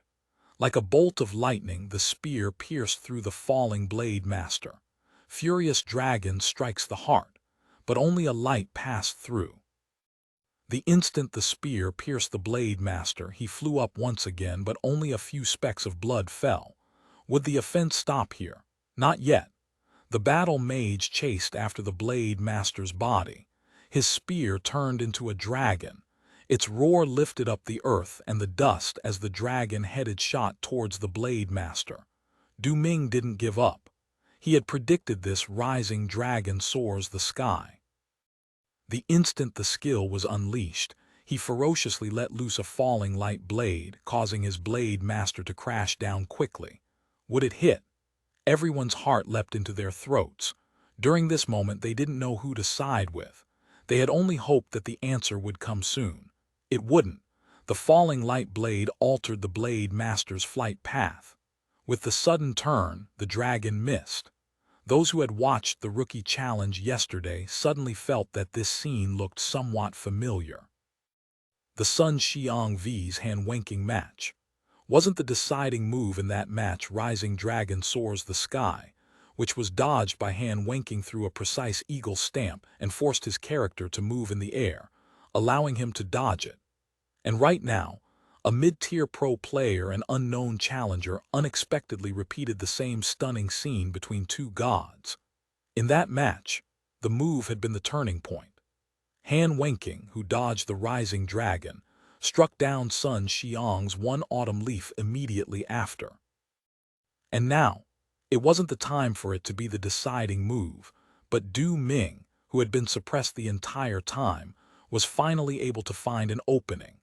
For a powerful skill like Rising Dragon Soars the Sky, the ending animation would certainly be very slow. A triple slash after landing could let him close in on his opponent before the animation was finished. The instant Rising Dragon Soars the Sky flew past him, Du Ming had quickly made the decision. The audience who had watched Du Ming dodge the dragon's head also thought this way as well. However, the dragon head that had already flown past him suddenly turned as if its neck turned and hit the Blade Master's body, gobbling up Du Ming's Blade Master. Rising Dragon Soars the Sky hit. The Blade Master wasn't dead yet, but Du Ming was completely at a loss. He had no idea what had happened. The spectators were all at a loss as well. They had seen it, but they thought that they had just seen it wrong. And at the pro player seats, shock flashed across their eyes. Dragon's Ascent. Who's up on stage? Every pro player could hear Team Tyranny captain Han Wenqing's voice. Even some of the spectators who weren't that far from the pro player area could hear him. Dragon's Ascent. That's Dragon's Ascent. The discussion quickly spread. Let alone the audience, even for the pros, the majority of them had only seen this legendary battle mage technique from videos. And according to what they knew, only one person had the ability to pull off the technique. Battle God One Autumn Leaf's former owner, Ye Xiu.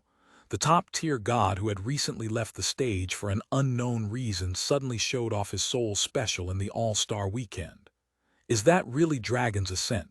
Did I see that correctly? Why aren't they showing the replay? Why aren't they showing the replay? At Team Blue Rain's side, Huang Xiaoshan was chattering. So it's like that. At Team Samsara's side, Zhou Zekai simply said. As for Team Tiny Herb's side, Wang Jixi appeared to be the most calm. He had noticed Tang Ru long before this. When an even stronger expert appeared right after, Wang Jixi had already reached his conclusion.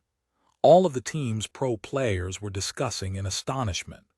While some of the younger generation weren't able to understand everyone else's astonishment, their seniors immediately brought them into the shocking scene.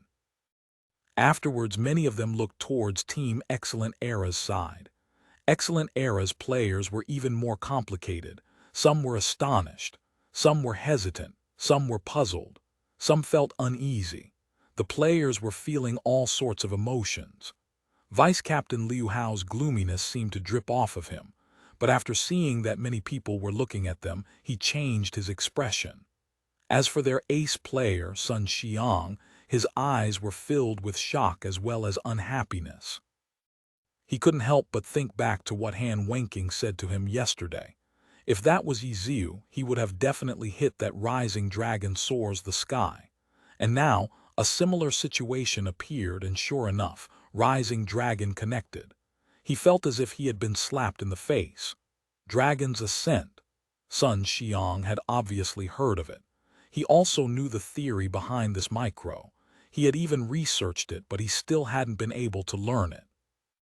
Though he did know that in the past 2 years, Ye Xiu hadn't used Dragon's Ascent.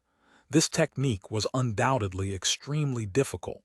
Knowledge, experience, and hand speed.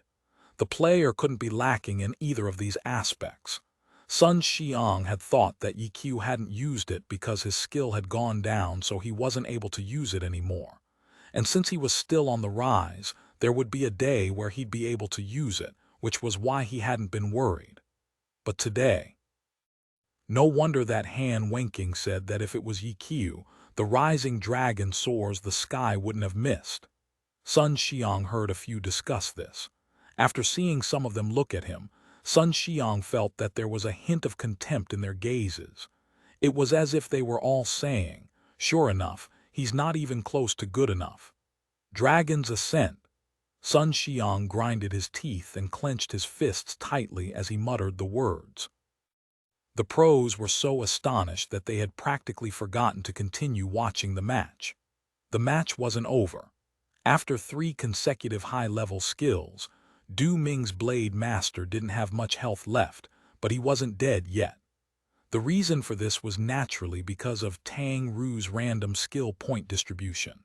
Because she had maxed all of the low-level skills, there weren't many skill points left for the high-level skills, so only Battle Spirit had been raised to the max. The rest of the points were just distributed randomly. She had learned the 3 skills, but their levels weren't high enough, so even though their damage couldn't be ignored, they didn't do nearly as much as they should have. As a result, after Rising Dragon Soars the Sky, Ye Xiu's battle mage once again rushed forward. At this moment, Du Ming had already lost all will to fight. He had completely no idea how that Rising Dragon Soars the Sky had hit him. He even wanted to rush out of his seat and look at the replay. Without any fighting spirit and a loss in confidence, Du Ming's movements were extremely stiff. He couldn't make any decisions and his actions lost all purpose. 1 hit, 2 hits, 3 hits. Low-level skills continuously battered at him. Du Ming was still in his own little world. His mood had fallen extremely low. His Blade Master quickly fell, and only then did the pros realize that the match was officially over. As Du Ming's Blade Master fell, the shock extended to the entire stadium. The King's Avatar Volume 5 Ace Showdown. Thank you for listening to the story on KevinAudio.com. Chapter 330. Chapter 330. Quiet withdrawal compared to the pros. The audience members were much quieter. The absolute majority of the audience were supporters of Du Ming. The match had been brilliant and they would clap, but it would only be a sign of courtesy and respect for the winner. No matter what, Du Ming losing wasn't something they could be happy about.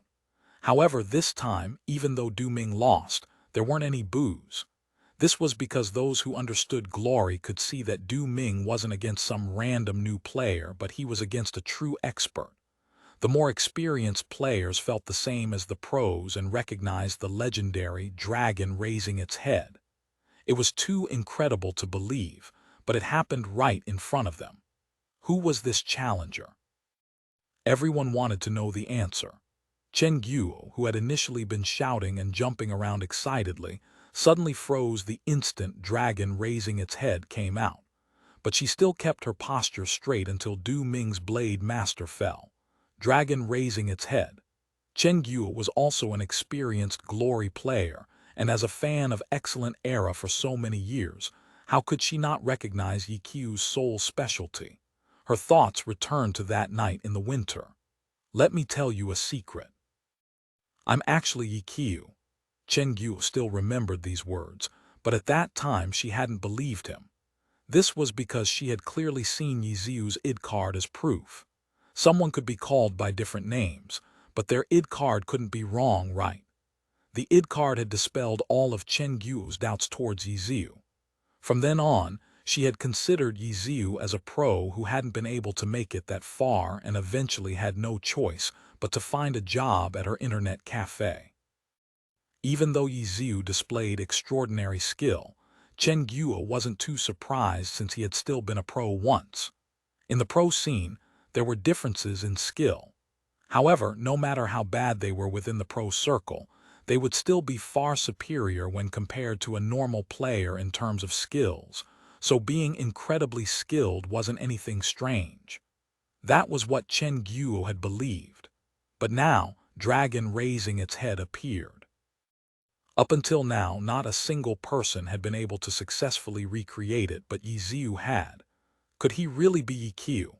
Chen Guo's mind was a mess. Chen Guo wasn't the only one whose mind was a mess. When Du Ming's Blade Master fell, the host's mind went into a mess as well. His head replayed the previous scene, where the two players turned back and continued to fight non-stop. Ah, how unexpected. It seems like Du Ming's very nice today. This time, he unexpectedly let the challenger win again. Haha, beating a pro must feel good, right, challenger? The host hastily announced the end of the match and began giving excuses for Du Ming. His words indicated that Du Ming had let the challenger win on purpose. The host wasn't unfamiliar with glory, but his words completely exposed the fact that he hadn't watched the match at all. In that match, Du Ming hadn't been nice at all. He had been suppressed from the very beginning to the very end. There wasn't any niceness in that. As soon as the host finished speaking, boos began to come out. These boos were directed at him. Putting the match in that kind of light was way too shameless. After hearing the audience's reaction, the host felt that he had made a mistake, but his eyes were stuck on the electronic screens, afraid that Du Ming would refuse to give up and would instead continue fighting. However, a new match didn't appear. The screens had already switched to the replay for Dragon raising its head. The commentators were already excitedly shouting, "Let us see the replay, the replay." Everyone looked, the falling light blade should have allowed him to dodge it, but the head turned and then the chomp. That is without a doubt Dragon raising its head. That is definitely it. Just who is this second challenger? Because of a few technical difficulties, we weren't able to see him come up onto the stage, but now that the match is over, will we be able to find out who this mysterious challenger is? Many of us have already thought of the same name, Ye Xiu. After seeing the replay, the commentator's words had shocked the host. That guy was God, Ye Xiu. The host recalled the person's appearance, but it was somewhat fuzzy. At that time, he had been extremely anxious and hadn't paid attention to the rescuer's appearance. "What are you waiting for? Hurry up and introduce the challenger to everyone," the commentator said to the host through his earpiece. The host regained his composure and glanced at the big screen. The two characters had already exited the game and the event looked like it had returned to its normal state. As the host walked to the center of the stage, he asked the players from both booths to come down. Du Ming came down. Right now, he no longer had that depressed face from when he lost to Tang Ru. His face was filled with complete surprise, and on the other side Tang Ru had come down as well. She slowly walked over with a smile, but what about next to her? There was no one there. The second challenger, who had called himself a substitute, was nowhere to be seen.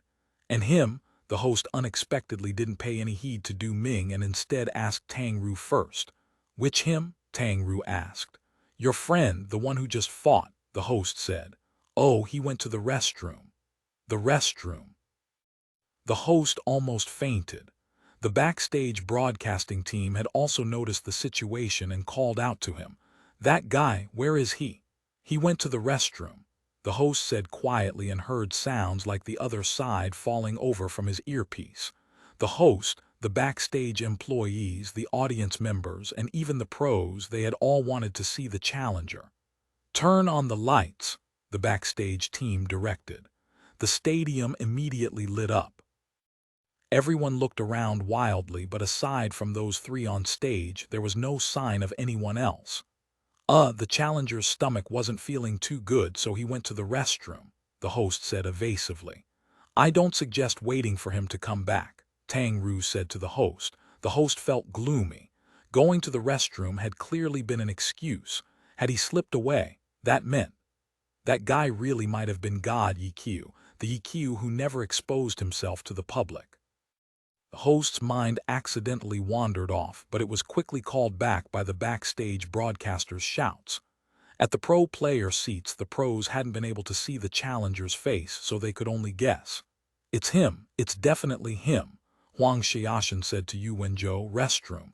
Do you believe that? He definitely slipped away because he didn't want to be exposed." "Yeah." Yu Wenzhou nodded his head. "He's very experienced with playing cat and mouse. They probably won't be able to find him." "He, Dragon raising its head," Huang Xiaoshan muttered and then looked at Sun Xiang's ugly expression. It was as if he had slapped his face. Could he have been working together with Han Wenqing? Using dragon raising its head at that moment is very normal. Yu Wenzhou plainly said. Team tyrannical ambition, team tiny herb, etc. There were many pros who were familiar with Ye Xiu. At this moment, they were all raising their heads and looking at that replay. Dragon raising its head, Han winking at a thought. It was a move that hadn't been used in 2 years. To suddenly use it now in front of millions of people, was it really just a coincidence that he chose to use it? Dragon raising its head. Could he be saying that he wouldn't lower his head? Was it a declaration of his return?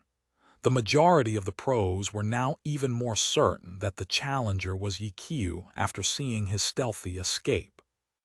They continued to discuss, but in the end there really wasn't too much they could talk about. It was just that they hadn't been prepared, which was why they had been so shocked. Ye Xiu had already withdrawn quietly. It was the same as every match he had ever been in. He would never appear in front of the public. The only thing that he left behind was his incredible achievements. How unfortunate for Du Ming. After seeing Du Ming return to his seat, it looked as if he had seen a ghost. Many empathized with him. In the end, they were only spectators. No one could be more shocked and frightened than Du Ming was. He had originally thought that he would be able to have a nice and relaxing time playing against some normal players, but in the end, he had been the one to be utterly crushed. When he got back to the team, the others went up to talk to him, but he had to take a while to answer, as if he were Zhou Zekai. Ye Xiu. Every person in the stadium was discussing this name. The host continued on with the scheduled event and invited the second pro to come up. But the audience's claps were few and sparse. Their minds clearly weren't ready to move on yet. Tang Ru had already returned to her seat. The audience's attention towards her was even greater than for the pro player who had just gone up. Chen Guo was finally no longer standing up like a statue. She had changed to a statue that was sitting down. When she saw that Tang Ru had returned, she looked at her blankly and asked, "And him? He left early," Tang Ru said while looking around. The surrounding audience members were all looking towards her. One of the audience members who were sitting next to Tang Ru simply went up and asked, "Was that person God Ye Xiu?" The surrounding audience members were waiting for Tang Ru's reply. "Let's go." Chen Guo suddenly stood up and pulled Tang Ru away. The audience members couldn't stop them from leaving and could only watch as the two left without answering their question. On stage, the host was getting the next lucky challenger to come up onto the stage, but who could care about that right now? The King's Avatar Volume 5 Ace Showdown Chapter 331 Chapter 331.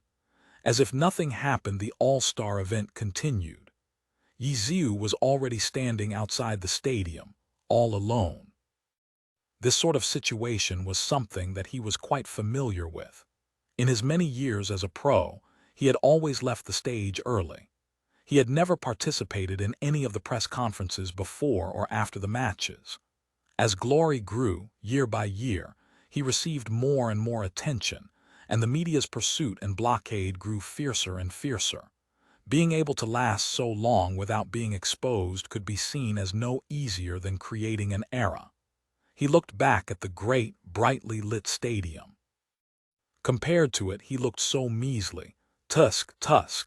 Ye Xiu clicked his tongue. He had turned his head and prepared to head back to the hotel when suddenly he saw a girl sitting on a railing near the street in front of him. She carried a pair of binoculars around her neck and was currently waving at him. "Amazing! You're actually even faster than me." Ye Xiu greeted back and went to meet her. He. Sima Cheng laughed and jumped down off of the railing. She was once again wrapped tightly in thick clothing, a cap, and a mouth mask. If Ye Xiu hadn't been familiar with her, he wouldn't have been able to recognize her. "The match is over. You want to grab some ice cream?" Sima Cheng said. Ye Xiu was surprised and asked, "That store is still open?" "It still is." Sima Cheng lifted her binoculars and looked towards the other side of the street. "See." She then handed the binoculars over to Ye Xiu. Ye Xiu looked, and sure enough, in a small street behind Samsara's stadium was a small ice cream shop that still had its lights on. "It's winter, though," Ye Xiu said. "Winter's the best time to eat ice cream. It won't melt as quickly, so you can eat it nice and slow," Sima Cheng said. "All right, let's go," Ye Xiu replied. Sima Cheng climbed over the railing. "Be more civilized," Ye Xiu muttered, but also crossed over slowly the same way. After crossing the street, they entered a small street. The small ice cream shop was still the same as ever. There were 4 little tables for 2 people to sit. The assortment of flavors was displayed on the refrigerator, and they each had a small, hand-written price tag attached to them. The owner of the store was a 40-or-so-year-old uncle. When he saw that there were customers, he neither greeted them warmly nor ignored them coldly. He simply stood in front of the refrigerator and quietly waited for their order. "I'll have this one, this one, this one, and this one. Can I have a quarter of each of them?" Sima Cheng selected skillfully. "Sure." The owner grabbed a large cup and evenly distributed each of the 4 flavors. He stuck a small spoon into the cup, handed it over to Sima Cheng, and then turned his gaze over to Ye Xiu. "Can I smoke here?" Ye Xiu asked. "Yes." The owner nodded his head, and seeing that Ye Xiu wasn't going to order anything, he then ignored him. At a little table inside, Sima Cheng fiddled with her ice cream and quickly ate it. Ye Xiu smoked his cigarette and quietly sat in front of her. The weather was very cold, and so was the ice cream, but this sort of familiar feeling made them feel especially warm. Outside of Samsara Stadium, Chen Guo and Tang Ru finally ran out. Chen Guo also had her binoculars ready. She immediately took them out in order to scout around, but didn't find any signs of Ye Xiu. "How quick!" Chen Guo said. She and Tang Ru had exited the stadium fairly quickly. He said he'd head back first. Tang Ru said, Let's go back." Chen Guo stopped a cab and swiftly returned back to the hotel. They didn't even enter their rooms. They instead directly knocked on Ye Xiu's door, but there was no response. "He's still not back," Chen Guo asked. "Where'd he go?" "Maybe he went out on a stroll. Let's wait." Tang Ru opened their door and went in. "Is he really Ye Xiu?" Chen Guo followed behind Tang Ru. "Yeah," Tang Ru replied helplessly. Chen Guo had asked this question for the 7th time. "This guy," Chen Guo mumbled to herself as she turned on the TV. She switched to the esports channel. The All-Star event was still going on, and just like in the past, the pros would accept the challenges from the audience. This time, though, nothing unexpected occurred. The pros easily dispatched the audience members, but the atmosphere never grew as excited as it was before. With such a high climax, aside from the audience members who were chosen to go up, no one could feel as excited as they did before. Chen Guo stared blankly. Her mind clearly wasn't on the TV. Whenever she heard a small movement from outside her room, she would rush out like an arrow, but it would not be Ye Xiu. "Where'd he go?" Chen Guo mumbled. She would look outside the window with her binoculars for a while, and then run outside her room to knock on the room next door to see if Ye Xiu had come back.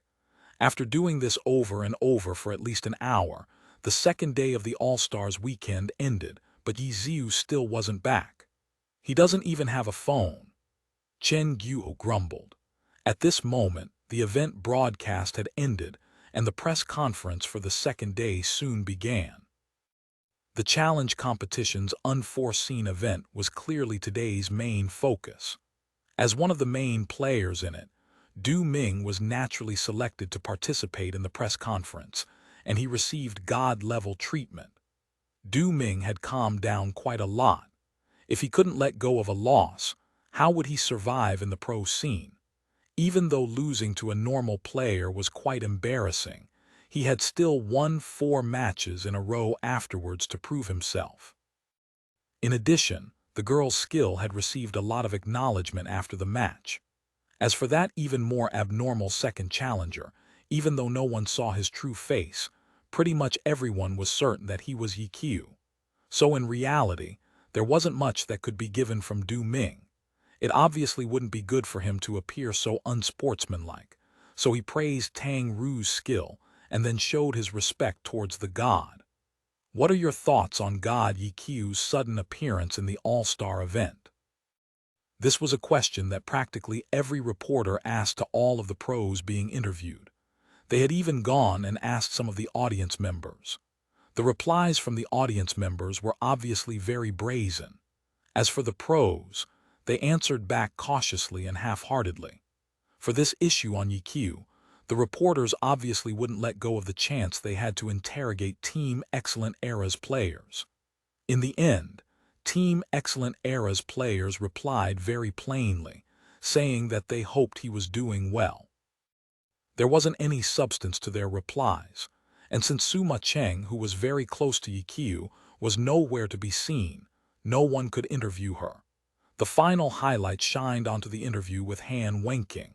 The domineering team captain stared at the camera and bluntly said, "I'll be waiting for your return." This phrase became the reporter's biggest catch, and it became the headlines. The media had guessed that this meant Ye Xiu was planning on coming back. The fact that Ye Xiu had used Dragon raises its head, a move that no one else could replicate and a move that he hadn't used in 2 years. It was his way of telling everyone that he wasn't done yet. Seeing these assumptions from the media, Chen Guo felt a sort of pleased and superior feeling. While everyone was concerned about how he would do it, Chen Guo jumped up with her fists clenched.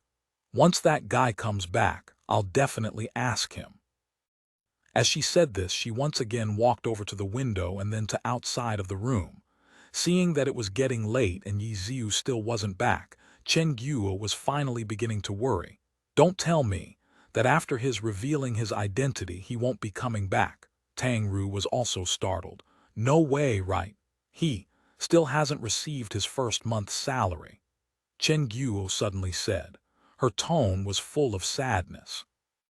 She suddenly discovered that, even though she still wasn't able to equate Ye Xiu with Ye Xiu, whether it was that lazy and irritating guy or that god that she respected greatly, him leaving so quietly left a bad taste in her mouth. Chen Guo suddenly quieted down and sat on her bed silently. "He'll come back." Tang Ru walked over to comfort her. Just as she said this, they heard a movement from outside their door. It was just that with Chen Guo's mood, she only let out a sigh but didn't move.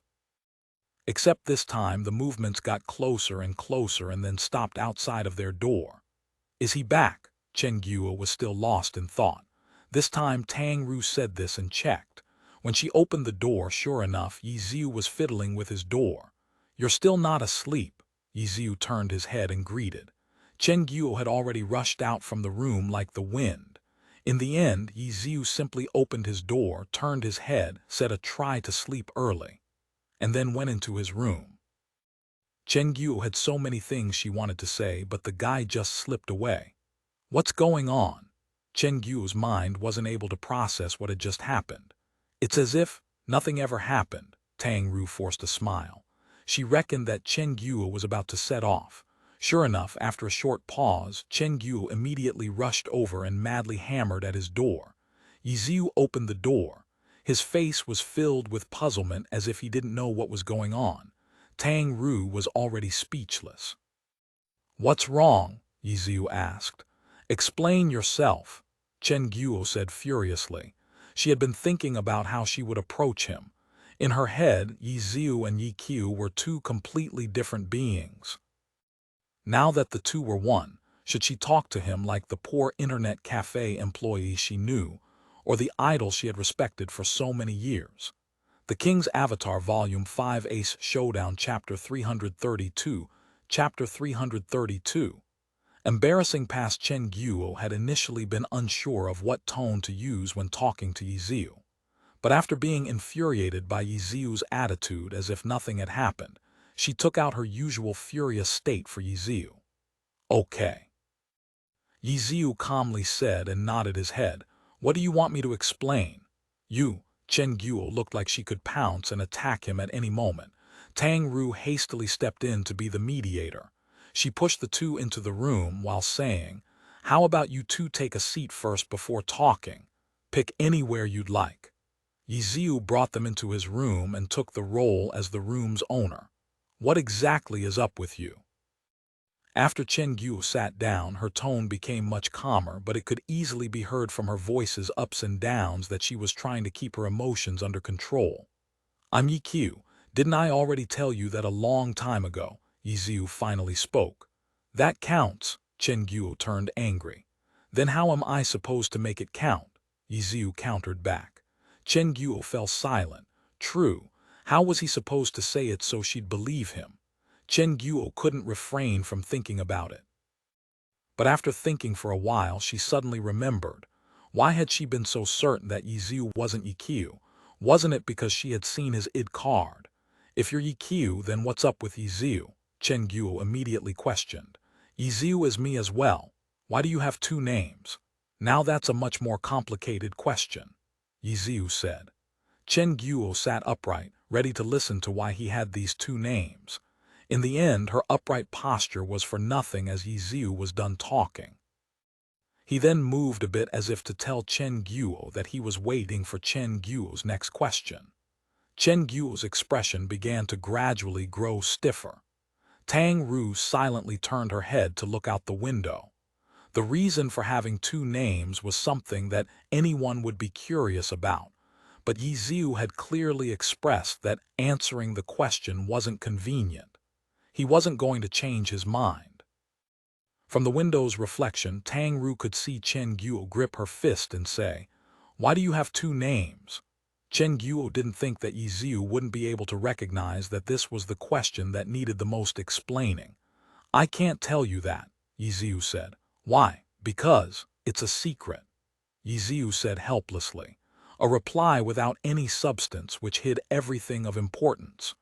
No matter how badly Chen Guo wanted to know, she couldn't force him to speak. She breathed in deeply and calmed herself down. She then asked, "Then which one is your real name?" "Guess," Ye Xiu asked back. Deep breaths, deep breaths. Chen Guo took several deep breaths and then slowly stood up. She paced back and forth and then stopped at the window's side and actually guessed. "I've seen your id card. Even though I personally can't tell if it's real or not, when I registered your name for the hotel, your id wasn't a problem, so it looks like it's real," Chen Guo said. "But you've also been in the Pro Alliance. From what I know, the players in the Pro Alliance have to use their id cards as well. I don't know if the Alliance allows you to change your registered name. Since most people don't care, I'm not sure about that. You've played in the Pro Alliance for 7 years, and you've never revealed your identity to the public. If I said you simply did it because you like to be secretive, it wouldn't make sense because you told me you were Ye Xiu when we just met. You definitely have other reasons for not wanting to show yourself to the public, so your name of Ye Xiu is probably fake and is also a cover-up for your real identity. That means that Ye Xiu is your true name, right?" Chen Guo explained her guess and was quite logical. After saying this, she looked at Ye Xiu, waiting for his response. Ye Xiu was silent for a while before nodding his head. "It seems like it was pretty easy to guess, huh?" "What do you mean, easy? Are you looking down on my ability to analyze things?" Chen Guo said angrily. "It was a beautiful analysis." Ye Xiu applauded. "So you're saying I'm correct," Chen Guo said. "Is it okay if I don't say it?" Ye Xiu said. "You're really intent on not letting me sleep." Chen Guo grinded her teeth. "Okay, I concede you're correct, Ye Xiu. I'm Ye Xiu." Ye Xiu nodded his head. "Why do you need to use a fake name? Why don't you want to reveal your identity? What are you hiding for?" Chen Guo was beginning to ask more deeply. Ye Xiu stood up. He also walked over to the window and looked outside. Tang Ru looked at his face and discovered an unexpected expression of hesitation. This sort of wavering look was something she had never seen on Ye Xiu's face before. Chen Guo silently went back to her seat. She had asked what she wanted. If Ye Xiu didn't answer, then she wouldn't force him, so she simply sat down silent. Ye Xiu turned around. His face now held a self-ridiculing smile. "The reason is actually very embarrassing." "Oh," the two girls' ears perked up. Was he actually going to say it? "It's because I ran away from home." Ye Xiu said. You ran away from home, Chen Guo repeated stupidly. Tang Ru gave Ye Xiu a weird look which quickly disappeared. Why did you run away? Chen Guo asked. Ye Xiu didn't answer. His face said, you know why. Chen Guo immediately understood, and along with a face full of astonishment, she said, it's not because you wanted to play games, is it? Ye Xiu smiled bitterly. Chen Guo and Tang Ru looked at each other. Even for Chen Guo, who loved glory, she couldn't understand his actions. Running away from home to play games and becoming so addicted, was there something wrong with his mind? The room immediately fell silent. Amidst the cloud of awkwardness, no one knew what to say. Ye Xiu also returned to his seat. His expression continued to stay calm. But when Chen Guo looked at him again, apart from the skilled god and the infuriating smoking demon, he had another face, an extremely naive child. When did you run away? Chen Guo was the one to break the silence. 10 years ago, Ye Xiu said. When Glory came out, Chen Guo asked. Around then. You ran away just to play Glory. Not exactly. I played other games before that as well, Ye Xiu said. Chen Guo didn't dig deeper because there wasn't much of a point. In the end, in order to put in every effort he could into playing games, he ran away from home. Then, after Glory came out, he threw himself into Glory, entered the pro scene, and then became a skilled god-level player. The result was very spectacular. On the other hand, Chen Guo was hoping that he had some sort of tragedy occur to him that forced him to run away. If that had happened, then it would have been a lot more moving to listen to. Though unfortunately, Ye Xiu had already said that he had run away to play games, and he also admitted that it was very embarrassing. Ye Xiu understood this very well. He had been very lucky to be talented at the game and also succeed upon the release of Glory. If not, then running away from home might have ended in a tragedy. Then what about now? You've never gone back home to visit? Chen Guo asked. I have, Ye Xiu said. Oh. We parted on bad terms, Ye Xiu said. How? Because in their eyes, playing games for a living will never be seen as an honest profession, Ye Xiu calmly said. Chen Guo was silent. As a gaming fan, she clearly understood this sort of view. Even though Glory's esports scene was thriving and the pros had a luxurious income and a tremendous popularity, it required that the players give up on school. In addition, a pro's career was very short. There also wasn't a good system to guarantee their life's well-being after their retirement. These sort of problems still existed. The chance to become a pro was also very low. Of all of the players playing Glory, only 200 of them were able to make it into the pro scene. No family would encourage their child to walk this path. Every single one of the pros in the alliance had a moment of bitterness in their past, and Ye Xiu seemed to be among the more tragic ones. He had run away from home to play. Chen Guo and even Ye Xiu himself felt that he had gone somewhat overboard, and for those who looked down on gamers, this sort of behavior would only seem that much worse to them. At least you succeeded, Chen Guo suddenly said, because she suddenly felt that the disdain in her heart wasn't right. For some, gaming was seen as a terrible drug, the electronic version of heroin. As for Chen Guo and other players, they saw it as a way to kill time. But what about for Ye Xiu and those other pros? Ye Xiu hadn't run away from home just to have fun. Chen Guo felt that seeing things like what the majority of society did was somewhat harsh. Ye Xiu had ran away from home for his passion, for his ideal, for his pursuit of a dream. If a youth ran away from home to pursue his dream in music, would he receive the same harshness? If a youth ran away from home to pursue his passion for science, wouldn't people see it as a testament to his ambition and drive? There were many examples of this. It was just that not many would accept gaming as one. But for Ye Xiu, his dream and passion would never change. I wouldn't get tired even after 10 years. Chen Guo recalled Ye Xiu's smile when he said this, and suddenly felt the urge to cry the King's Avatar Volume 5 Ace Showdown Chapter 333 Chapter 333. A sleepless night. Chen Guo was never very good at controlling her emotions. When she wanted to laugh, she would laugh. When she wanted to be angry, she would be angry. When she wanted to cry, it was even more troublesome. She didn't hold back her tears. When she thought about Ye Xiu's past and realized Ye Xiu's helplessness, Chen Guo's nose turned sour and she knew that tears would soon be pouring down. "I'm going to sleep." Chen Guo stood up, stamped her feet, and then rushed out. Ye Xiu was a bit surprised. From his understanding of her, he assumed that she would begin conducting another, even deeper, interrogation. Who would have thought that the boss would just run out like that? Ye Xiu scratched his head and looked towards Tang Ru. Tang Ru smiled and stood up. "Then I guess I'll go back and rest as well." "All right." Ye Xiu nodded his head. After seeing her begin leaving, he put a cigarette to his mouth. Tang Ru walked towards the door and pulled it open. Suddenly she stopped and turned her head towards Ye Xiu.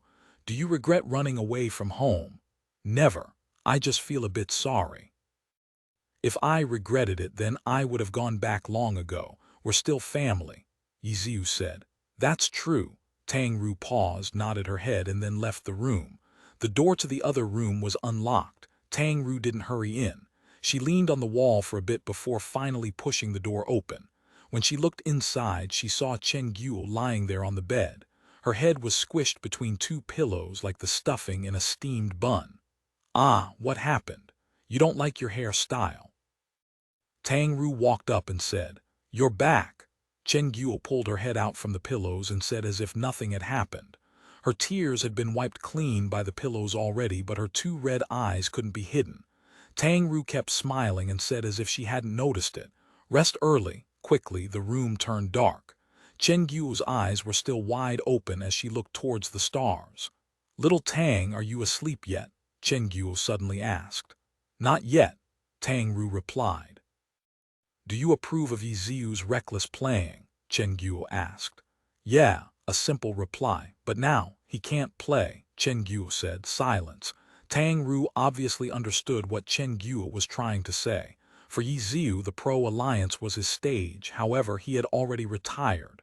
On the dazzling all-star stage, he could only be put together with the normal audience and sit there as a spectator. What would he be feeling during those moments? "He's not done yet," Tang Ru said. "What do you mean?" "Someone who was determined enough to run away in order to play wouldn't give up so easily. His Lord Grimm will definitely stand on the stage once again," Tang Ru said. "Right, Lord Grimm." Chen Guo thought of that account. An unspecialized has never appeared on stage before. He also has that self-made 1,000-chance umbrella. When the time comes, he'll definitely be scary, no? "Yeah, that'll be fun," Tang Ru said. But Chen Guo was still worried. She had been following Glory up until now and was a fan of Team Excellent Era. She had quietly watched the downfall of the team and had read all sorts of media reporting Ye Xiu's slipping condition. Even though she had her own thoughts on it, with so many people saying the same thing, Chen Guo didn't feel very encouraged. "It's not that simple," Tang Ru said after listening to Chen Guo's doubts.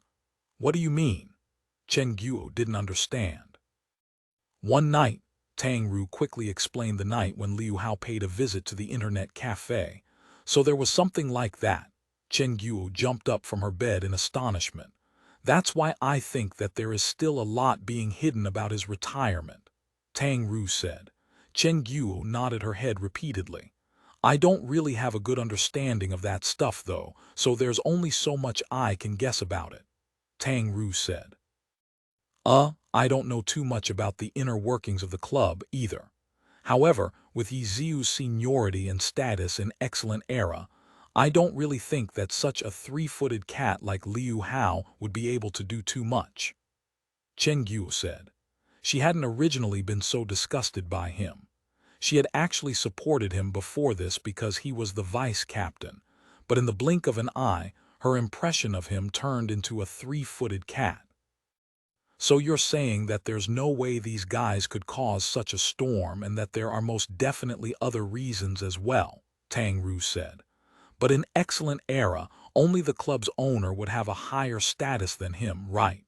Chen Guo said. If the owner wanted to kick him out, then it would be easy to do it, right? Tang Ru said. In theory, but he has to consider a lot of things too. For example, his team's stability, the fans' feelings, the sponsors, etc. Chen Guo had never experienced it herself, but she had seen it before. After following Glory for so many years, she understood quite a few things.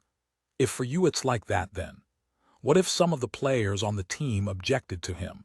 So even if he left the team wouldn't become a mess, but on the contrary, be even more steady, Tang Ru said. And as for the sponsors, he never showed his face, so he had no one to speak for him. He also doesn't help advertise what the sponsors want, so no matter how amazing he is at the game, he's of very little value to the sponsors, Chen Guo said. As for the fans' feelings, they saw that the team was performing poorly and that the captain's condition had been falling as well. For those reports you talked about, they often put those 2 points as one and the same. For these reports, were these truthful public media reports, or was there someone in the dark leading the discussion? Tang Ru said. If there was someone spinning the webs behind all this, then the 2 girls discovered that there were many more possibilities now. So you're saying that Team Excellent Era basically wanted to kick him out, Chen Guo said in astonishment. And it's not just kicking him out of Team Excellent Era, but also kicking him out of the Glory Pro scene, Tang Ru said. That's going too far. Chen Guo jumped up again. When she thought of Ye Xiu's hidden heavy feelings and how hard he had worked in order to open the path for Team Excellent Era's golden age, only to be kicked out after considerable planning, she felt sympathetic towards him. How terrible! Chen Guo jumped down from her bed. She ran to grab a cup of water and drained it down. These are all just guesses, Tang Ru said. It sounds right. Why else would he suddenly retire out of nowhere? His condition is slipping. Did you know? When he fought with Du Ming, he used Dragon Raises its head. Do you know what that is? Maybe you don't know yet, but this is a move that only one person in the entire Glory can pull off. Even though it hadn't been used in a while, he used it again today. Slipping condition, bullshit. Chen Guo fired off like a cannon. Then there's something else I analyzed. Want to listen? Tang Ru asked. Go ahead. Chen Guo threw down her cup, wiped her mouth and returned back to bed. He said before that when he went back home, he parted on bad terms, right? Tang Ru said. Yeah. What's the salary for a pro player in Glory compared to the average person? Tang Ru said. How could they be compared? Each and every contract is at a sky-high price in addition to other sponsorship money. The above-average ones can easily get more in a year than what you can get in 100 years staying in my internet cafe. Chen Guo said. Ye Xiu had been a top-tier god in Glory since the very beginning. Even if his family doesn't understand his achievements with just his income, his family should have at least been able to recognize that, even though there are several problems with being a pro gamer, Ye Xiu's an exception. He had already become a top-tier player in the pro scene, and he shouldn't be so disdained like that, right? Tang Ru said. Yeah, that's true. With his status, he shouldn't have too much to worry about. Chen Guo said. However, they still parted on bad terms. That's why I think that his family probably isn't an ordinary family. His status as a Glory Pro player and his income didn't mean anything in front of his family's eyes. Tang Ru said. Could he be from an extremely wealthy family? Chen Guo said in astonishment. That's hard to say, but his family can't be so simple. Whether his family is high up in the political world, business world, or even literary world, his future had already been decided when he was born. He might have a bit of leeway in his choices, but for him to become a pro gamer, that choice probably didn't exist. That's why, no matter how incredible his achievements are, his family will never acknowledge him. Tang Ru said. That makes sense. Chen Guo nodded her head. Tang Ru went silent for a moment. After seeing that Chen Guo wasn't going to say anything, she continued. If we go further when Ye Xiu is no longer able to go on any longer in the pro scene, where will he go then? Is his home his first choice? When things got here, Chen Guo suddenly understood. So you're saying that his retirement might also have something to do with his family? Yeah, I have that sort of feeling, Tang Ru said. That. Chen Guo didn't know what to say. If it had only been excellent era conspiring, then she could still justly support Ye Xiu and look down on excellent era. But if it really was Ye Xiu's family causing mischief, that would become a family issue, and she wasn't in any position to say anything. What status did she have? A fan. Ye Xiu's current boss. If his family really had been working behind the scenes, then his family's background can't be simple. We might be able to look for clues about his family's background from his ID card's address, Tang Ru said. Chen Guo heard this, stunned. After a short pause, she said, I just discovered that your talent in gossiping is even greater than mine. The King's Avatar Volume 5 Ace Showdown Chapter 334 Chapter 334 Day 3. The two girls still didn't sleep.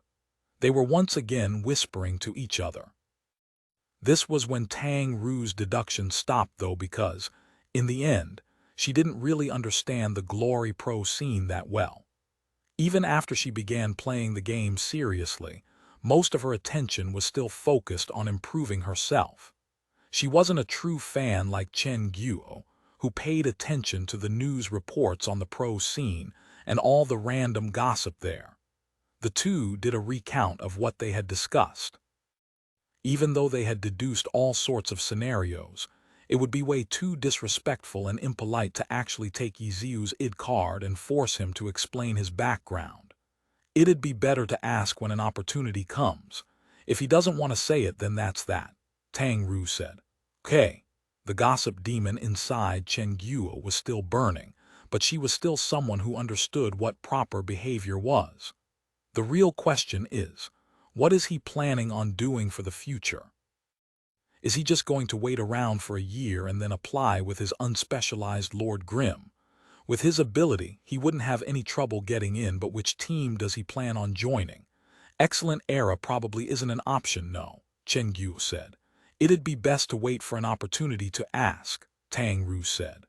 Okay, the two girls chatted until they finally fell asleep. Early next morning, the sunlight lit up the room around their wake-up time. After telling each other good morning, they did their daily routines and then looked at each other. The two sneakily walked up outside their neighboring door. After hearing Ye Xiu reveal a bunch of stuff yesterday night and then analyzing it, they realized that Ye Xiu had a lot of things he needed to worry about. They couldn't help but prod carefully, afraid that they might accidentally trigger something. The two girls put their heads against the door, one on top, one on the bottom, in order to listen. The cleaning lady came out of the neighboring room, pushing a small cart, and looked suspiciously at the two of them. Cough! Tang Ru immediately coughed after realizing that they had been discovered. Chen Guo hastily stood up, turned her head to look at the cleaning lady, and officially said, There's no need to clean our room today. Understood, the service lady said, pushing her cart over and turning her head every couple of steps. The two felt too embarrassed to continue with their previous actions. They also had to do something to try and explain themselves, so they directly knocked on the door. After a while, Ye Xiu opened the door. His eyes were sleepy as he looked at the two of them. Why so early? Are we going on a walk again? Even if you try to kill me, I'm not going. Ah, you're still not awake. Then go sleep a bit longer, Chen Guo said. Before yesterday, she didn't think she'd have been able to speak so nicely to Ye Xiu. Tang Ru shivered. Ye Xiu also straightened up and immediately woke up. He looked at Chen Guo, and after a short pause he asked, How long is a bit? However long you want, Chen Guo said. Ye Xiu continued to be shocked. He looked towards Tang Ru and pointed at Chen Guo. Did something happen? Tang Ru looked up at the ceiling. It's probably your strength as her idol. Really? Wow. Ye Xiu put out the expression pros used when they looked at the camera after winning a match. Buy me breakfast and send it to my room. Bang. Ye Xiu closed the door, almost hitting Chen Guo's nose. Tang Ru watched as Chen Guo's warm expression gradually disappeared. After a few twitches, she looked as if she was about to kick the door down when Tang Ru hastily stopped her. "Can't you see that he was doing it intentionally? Why do you always fall for his traps?" Who knew if it was because of Tang Ru's urge or her idol's status, but Chen Guo didn't kick the door. She tugged on Tang Ru. "HMPH, we're going to eat breakfast." In the dining hall, Chen Guo's furious munching on her steamed buns attracted a few glances from other guests. They were all astonished at how such a pure-looking girl could eat so barbarically. For a moment, glances toward Tang Ru's pleasing appearance were snatched away cleanly. After annihilating her breakfast, Chen Guo looked at the menu and revealed a hesitant expression. Tang Ru laughed and asked, while wiping her mouth, "Should we bring him something?" "No, never." It had probably been better not to say anything. When Tang Ru asked this, Chen Guo immediately made a decision and got up to leave. Tang Ru laughed once again. She stayed a bit behind her, calling for a waiter to send that room some breakfast. Chen Guo saw her doing this from the reflection from a window, but pretended she didn't know. Back at her room, Chen Guo continued to vent her anger through the TV by mashing the remote control and switching channels randomly.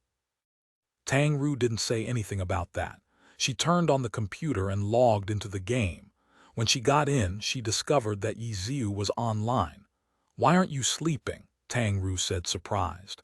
"I woke up from the noise and didn't want to sleep anymore," Ye Xiu replied. "Breakfast will be sent to you soon." "Oh, thanks."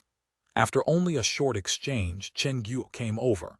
Seeing that Tang Ru was playing Glory and then the chat, she angrily said, "Didn't he say he was sleepy?" She then rushed out of the room to knock on the neighboring room's door. Ye Xiu went to open it.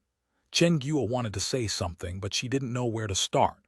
Ye Xiu lowered his head and looked suspiciously at her two hands. "Where's my breakfast?" "Two steamed buns the size of my fists. You want them?" Chen Guo raised her fists. They looked like the striker's collapsing fist, which Ye Xiu's rival Han Wenqing was an expert at using. "Little Tang, I thought you said that breakfast was coming." "Did you set me up?" Ye Xiu cried out for help. "A misunderstanding," Tang Ru's voice floated by. They had only finished half of their planned shopping spree yesterday, but Ye Xiu said that he refused to come today. Chen Guo and Tang Ru discussed for a bit and then decided not to go either.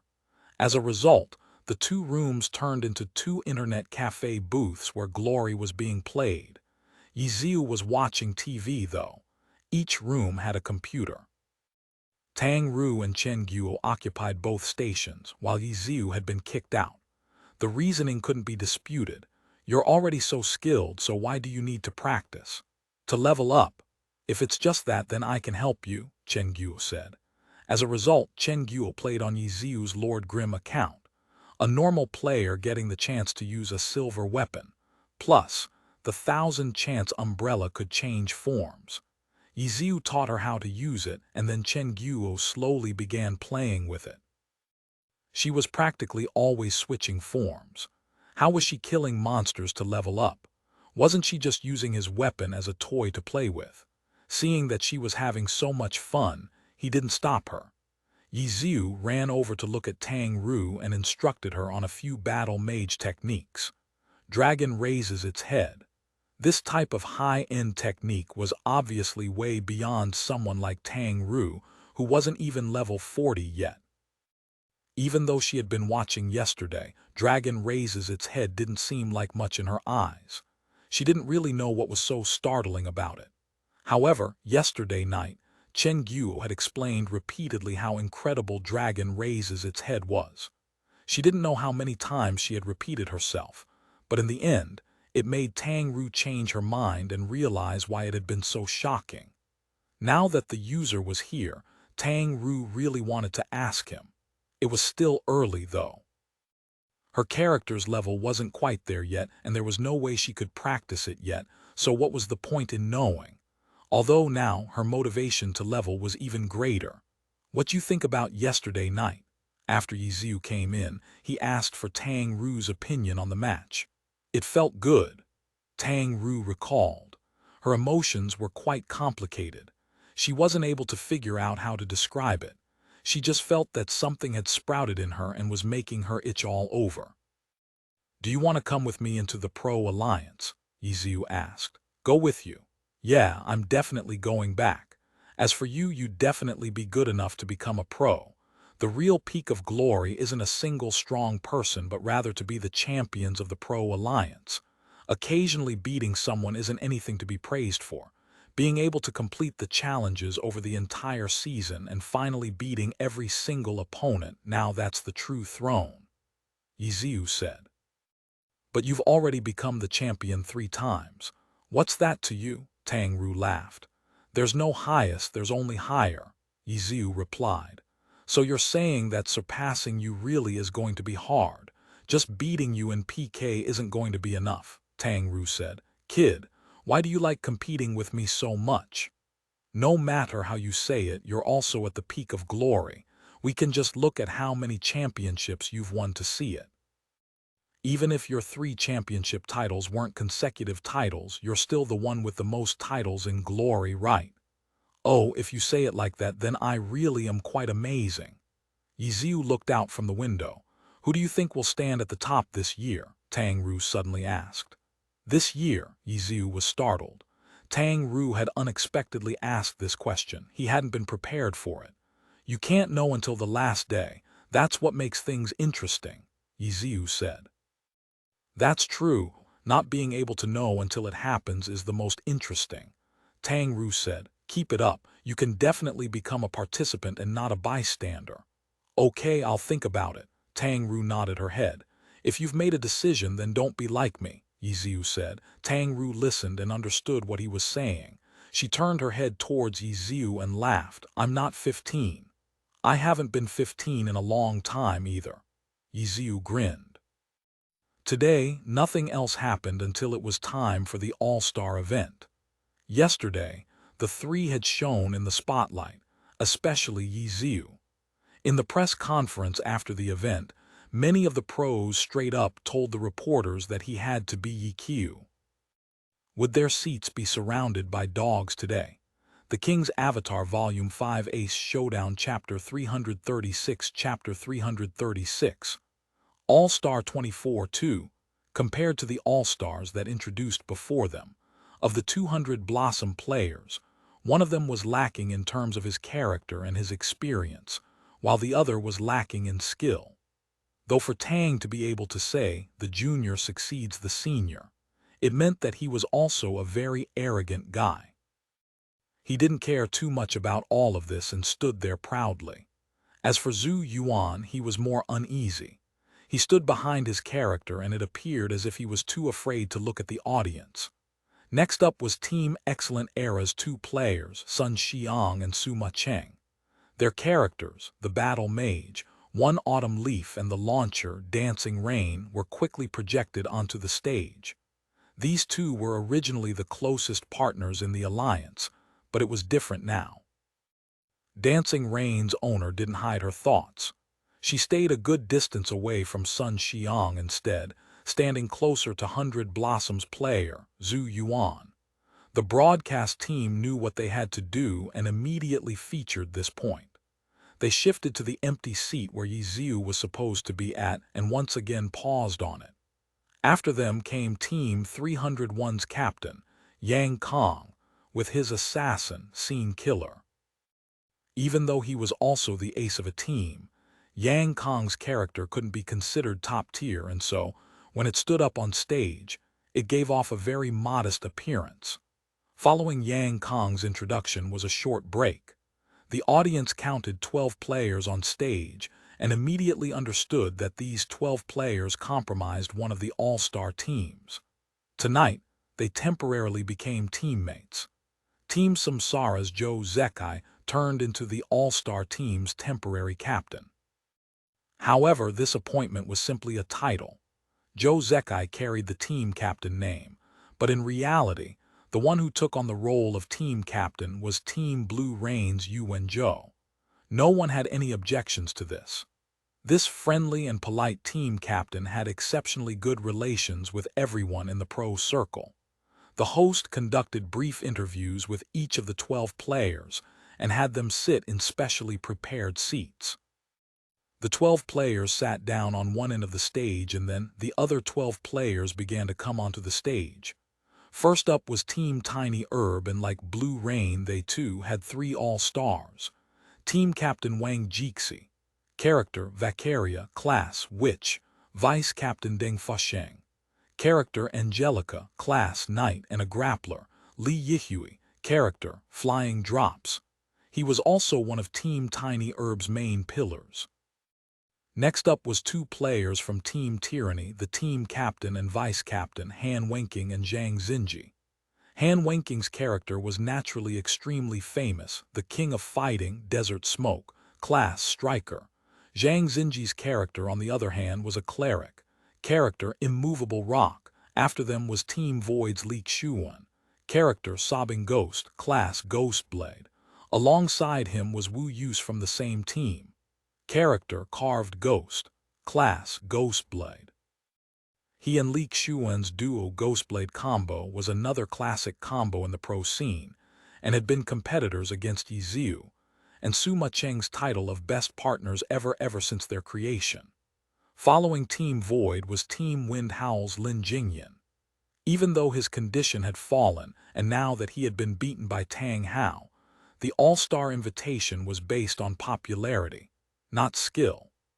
A god like Lin Jingyan could easily make it into the 24 All-Stars with just his past achievements. In addition, he also had 3 hits, the reputed #1 brawler character. Lin Jingyan hadn't come alone from Team Wind Howl. There was also Fang Rui, character Doubtful Demon, class Thief. His signature style was playing dirty. Next up was Team Thunderclap's captain Xiao Shiken, one of Glory's 4 master tacticians. He was someone who could take a bad hand and give any team trouble. His character, Life Extinguisher.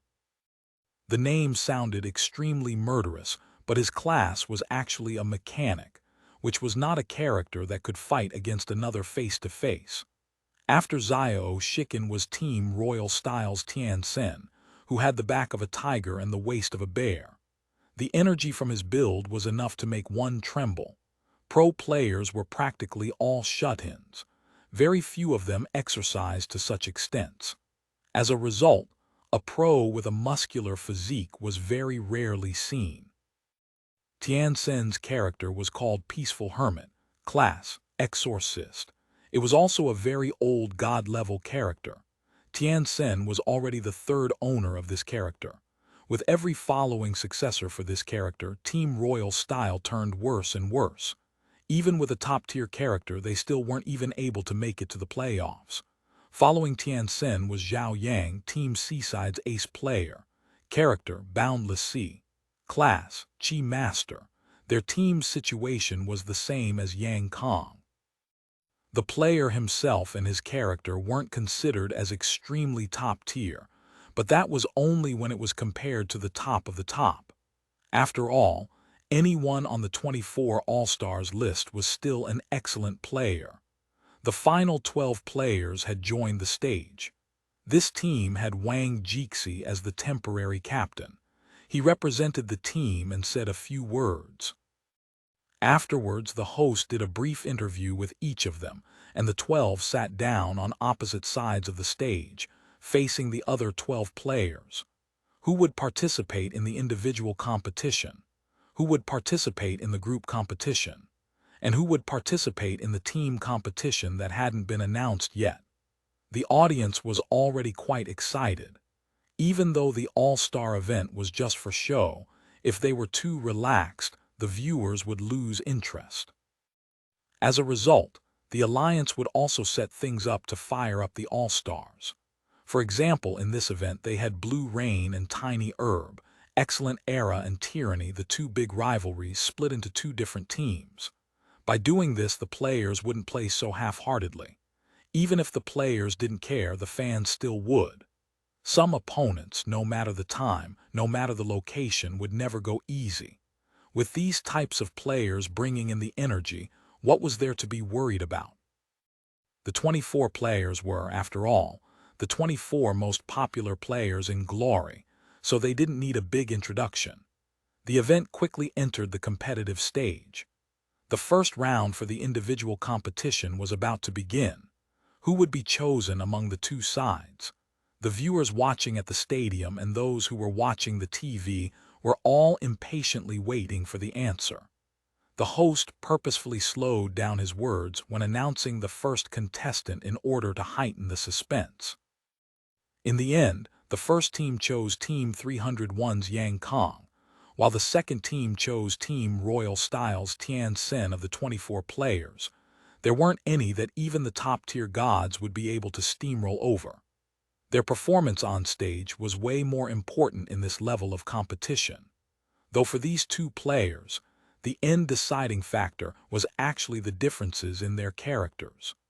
Peaceful Hermit was more than powerful enough to be considered a god-level character. Comparatively, Yang Kong's scene kill was a bit inferior. Tian Sen took advantage of his character's superiority and struck steadily and surely without giving any major openings until he won the match. After finishing the match, the two received interviews on the spot. Naturally, the winner said that the loser had played well and that he had won through luck. As for the loser, they said that the winner had played better and deserved the victory. After all, this was only the all-star event. The two didn't have any enmity towards each other and weren't affected by any riling up. The two happily shook each other's hand and the first match ended. For the second match, Team 100 Blossoms Zhu Yuan was sent out. For the second team, they sent out Team Tiny Herb's grappler, Ye Xiu. Zhu Yuan's dazzling 100 Blossom was undoubtedly a god-level account. It was just that there was nothing praiseworthy about his performance in the season. This hastily found substitute had to take the place of God Zhang Jiao, and he also had to use the team's core account. The amount of pressure on Zhu Yuan was unimaginable. Though for this all-star event, where there didn't need to be any pressure, the relaxed Zhu Yuan unexpectedly gave off his most outstanding performance of the season. He defeated the champion team's Ye Xiu, obtaining a heated round of applause. After another modest interview, the third match began. For the individual competition, each match was one round. There was no best-of-3 format. As a result, there wasn't a need for too much thinking for who to send out. For the first team, they sent out Team Blue Rain's Berserker Yu Feng. As for the second team, they sent out Team Wind Howl's Dirty Fang Rui.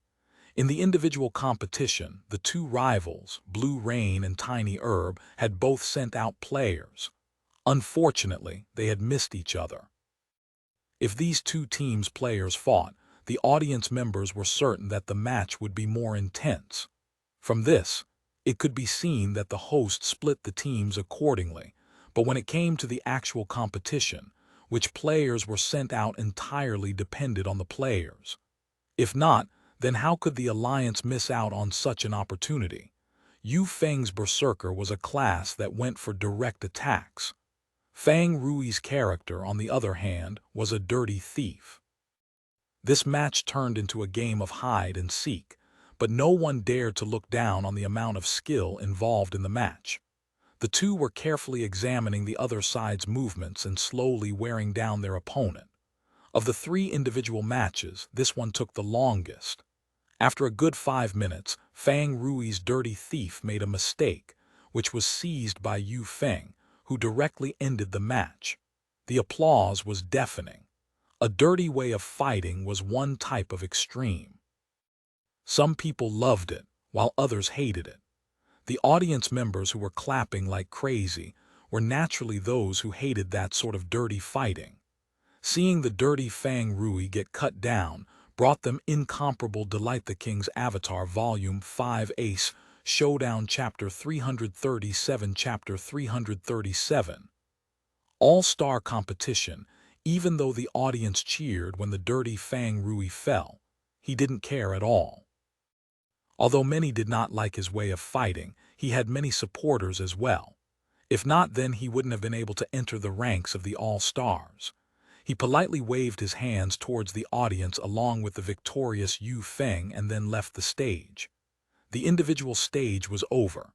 Team 1 had earned 2 points, while Team 2's had earned 1 point. Team 2 was current losing. Although it was only for show, the spectators still cared about who won or lost. They paid attention to which side their favorite pros were on. For example, Chen Guo naturally supported the team that Su Mucheng was on. After a few minutes, the second competition, the group competition, began. The viewers quietly discussed the possible arrangements for the groups as the players for the first match went out. For Team 1, the first player to come out was Excellent Era's ace, Sun Xiang. As soon as one autumn leaf was projected onto the stage, the crowd erupted into cheers. For Team 2's, their first player was Wind Howl's Lin Jingyan. Sun Xiang's mechanics were not below Tang Hao's, and one autumn leaf was absolutely the better character. On paper, Sun Xiang had the higher chance of winning. However, the paper didn't account for the two's current conditions. In the Rookie Challenge competition, one had been beaten with a junior succeeds the senior, while one had been beaten with a still too green. Both defeats had been somewhat embarrassing, especially for Sun Xiang, since he had dug the hole himself. It had only been 2 days since then. If their mental states hadn't adjusted, then their performance on stage could very likely be affected. When the two sides fought, Lin Jingyan performed efficient and ruthless as always, while Sun Xiang clearly was having a bit of situation. Young people could rarely compete with the veterans in having this type of inner quality. Even though Sun Xiang was stronger on paper, the deciding factor in a match was still their performance on stage. Nothing praiseworthy could be said about Sun Xiang's current performance. In the end, Lin Jingyan's 3 hits still had a quarter of his health left when one autumn leaf fell. Sun Xiang silently exited his booth amidst the crowd's boos.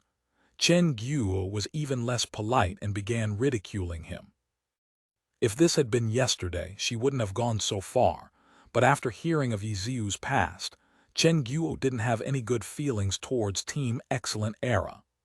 This clearly showed that Chen Guo cared more about the players than the team, so when she discovered a bad relationship between a player and his team, with the team being unjust, her opinions of the team naturally turned sour. How could she care about Sun Xiang, Ye Xiu's replacement? As soon as she saw that he wasn't helping the team win any advantages, she immediately looked down on him. After Sun Xiang answered a few interview questions, he hastily exited the stage. The second player in Team 1's group was Team Misty Rain's Li Hua using the ninja Dark Forest. Li Hua was known for his quick mechanics and constantly changing movements. This type of player was the bane of a veteran with a deteriorating condition like Lin Jingyan. In addition, Dark Forest had a full health bar, while 3 hits only had a quarter health left. This time, Lin Jingyan was defeated. Team 2's followed up with Team Seaside's Zhao Yang using his Qi Master, Boundless Sea. Qi Masters were an all-around class. They had both offensive and defensive skills. They could support and burst. They were very easy to pick up. However, once things reached the pro level, there wasn't any advantage in being easy to pick up. No matter how difficult the class, at that level, all of them were being played at extremely high levels. The battle between these two was another intense fight. Each side displayed their character and play style strengths. Neither side made any obvious mistakes either. In the end, Zhao Yang was able to defeat Li Hua with the small advantage Lin Jingyan had brought.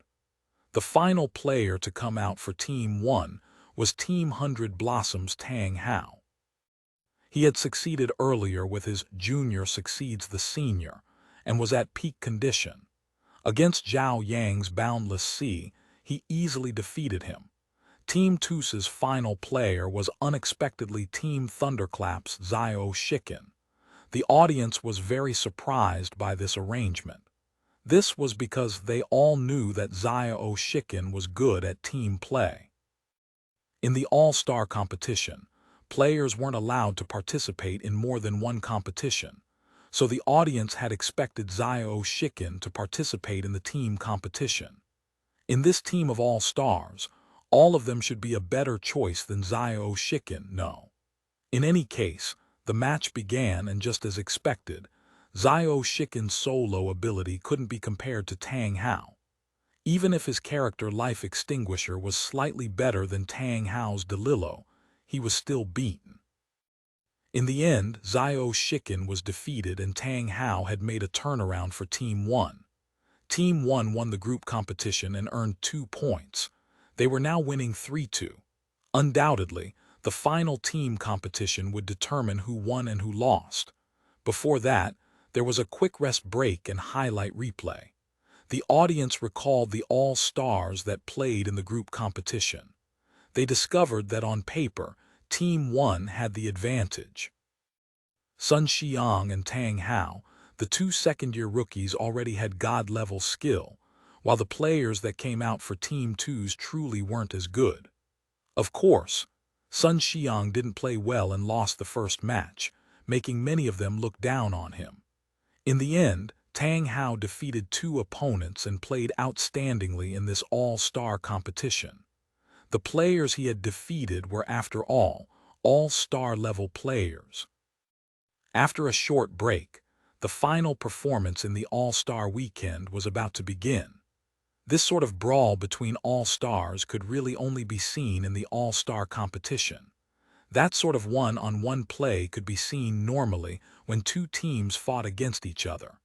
As for which players were chosen for the 2 teams, all the audience had to do was eliminate the ones that had already gone up.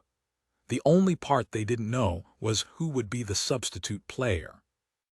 12 players came up on stage one after the other. After receiving interviews asking random nonsense like if they had the confidence to win or not, the 12 players entered their respective booths.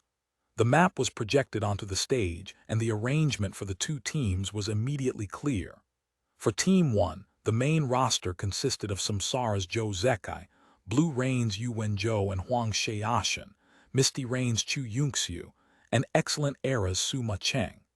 Their reserve player was Samsara's Jiang Batao. For Team 2's, the main roster consisted of Tiny Herb's Wang Jixi and Deng Fasheng, Tyranny's Zhang Xinji, Void's Li Xuan and Wu Yus. Their reserve player was unexpectedly Han Wenqing. Han Wenqing being the substitute was a big surprise to the viewers. However, after looking more closely at Team 2's arrangement, they understood why they had Xiao Shikin participate in the group competition. Team 2's had 2 master tacticians, so with Zhang Xinji there, they could let Xiao Shikin participate in the group competition.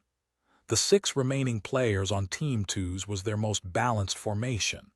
Wang Xinji and Deng Fasheng, one active, one quiet. Han Wenqing and Zhang Xinji, one offensive, one supportive. Li Xuan and Wu Yus, the Ghostblade duo. Without a doubt, Team 2's play style would be full of variations. As for Team 1, they were clearly an offensive-oriented formation. Apart from Yu Wenzhou's Warlock, Suxar, their team didn't have any other supports. Huang Xiaoshan's Blade Master Troubling Rain, Zhou Zekai's Sharpshooter Cloud Piercer, Chu Yunxiu's Elementalist Windy Rain, Su Macheng's Launcher Dancing Rain. They were all offensive classes. Only their reserve player, Jiang Batao's Spellblade Empty Waves, had decent crowd control with his Wave Sword and Wave Boundary. However, looking at them from an offensive perspective, Team 1 had both extremely long-ranged and close-ranged members. Just from their range, they had an all-around offense. Their team formation hadn't been randomly chosen. As for their team lacking the very important support and crowd control classes, there wasn't much they could do about it in the all-star competition. After all, the more popular players were certainly the ones who were more offensive-oriented players. It was just like how in football, The forwards were definitely more eye-catching than the rear guard. And since the all-stars were chosen by popular vote, they wouldn't have such a good team composition like a normal team. Their end result had clear faults, but there wasn't much they could do about it. In comparison, Team 2's had included both supports and crowd control characters inside, so their formation was more perfect. The host and broadcast clearly recognized that this was the true climax for the all-star event and began to build up the suspense. The commentators analyzed both sides' team formation. When the excitement hits its peak, that was when the all-star event's team competition officially began. An impressive 10 of Glory's top-tier characters from their respective classes were participating in this battle. Team 1's shot caller was Ye Xiu. As for Team 2's, even though Wang Jixi's shot calling was good, he gave the position to Zhang Xinji. These two master tacticians would lead the confrontation between the two sides.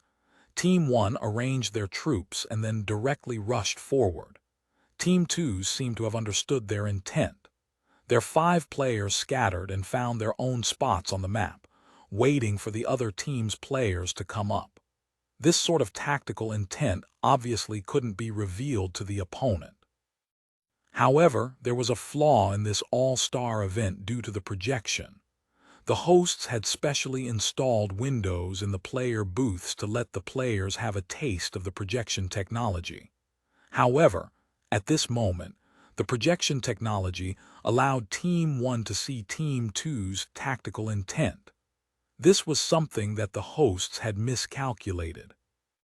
They had only been paying attention to the experience the projection provided, and had compromised the competitiveness on accident. The King's Avatar Volume 5 Ace Showdown Chapter 338 Chapter 338 Know Yourself. Know your enemy. Team 1 quickly adjusted their advances. Those who had some sense of strategy immediately understood their intent. They discovered that the adjustments had been made to counter Team 2's formation. The spectators didn't know that there was such a large flaw in the booths. At the moment, they were all gasping in surprise. They thought that it was Team 1's master tactician, Ye Xiu, who was predicting Team 2's formation like an all-knowing god. As for Team 2's supporters, when they saw this, they looked like captured lambs and immediately felt worried. They wished that they could rush up on stage and warn Team 2. As Team 1's players closed in, quite a few members of the crowd anxiously stood up when they suddenly saw Team 2's formation change. The scattered players contracted together and were ready for the Team 1's incoming assault. However, Team 1 reacted quickly as well. Their initial strategy was tossed away, and they contracted as well, in preparation for a direct confrontation with Team 2. The audience members who understood what was going on were clapping wildly. They felt that the two shot callers deserved to be called master tacticians. They were like true gods, predicting what the other side was going to do next. How could they know that the shot callers on both sides, Ye Xiu and Zhang Xinji, were both laughing bitterly? They were both smart, but their opponents weren't stupid either. In reality, the two sides could see the other side's movements just from looking at the projection. They weren't making any godly predictions. They were just looking at the map. Because both teams consisted of top-tier players with a solid knowledge of tactics and strategies, even though they weren't from the same team, their coordination wouldn't be too poor. Their movements after hearing the commands were clean and crisp. It looked as if their adjustments to their formations had been practiced beforehand. The unknowing spectators only felt how amazing and spectacular they were. Ye Xiu and Zhang Xinji could see how sharp both sides were. Planning a sneak attack or flanking each other weren't going to work. In this match, a direct confrontation was clearly their only option. Zhang Xinji felt like their side had the advantage in a direct confrontation. After all, their team had the balanced team composition. As for Team 1's offense-oriented team, they were better at bullying, but both teams consisted of all-stars. Their skill levels were equal, so there was no way that they would be pushed down so easily. Thus, Zhang Xinji stopped playing tricks. He gave an order and Team 2 advanced forward in an X formation. The audience saw that it seemed like the fight would start soon. But who would have thought that the initially aggressive Team 1 would suddenly have their hands and feet bound, and instead of meeting the fight, they actually began to retreat. Their movements made the audience very confused. But what made the audience even more confused was that, when Team 1 began to retreat, Team 2 suddenly halted. The audience members looked at one another. What were these two tacticians thinking? They couldn't understand at all. The audience was completely confused. Zhang Xinji, on the other hand, had sweat pouring down from his head. Why did Team 2 suddenly stop? The reason they had stopped was because, as soon as Team 1 began to retreat, they were unable to see the positions of Team 1's players anymore from their booth windows. Team 1's 5 players utilized their dead angle in order to hide from them. Zhang Xinji would naturally be alarmed. He immediately understood that Yu Wenzhou's strategic sight was better than his. He had thought about how normal matches and this match differed, and that both sides had the ability to see the general overview of the battle through the projection.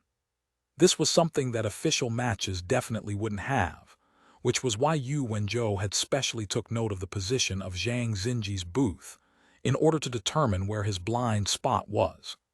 And now he had used this point, giving his team, Team 1, the chance to hide.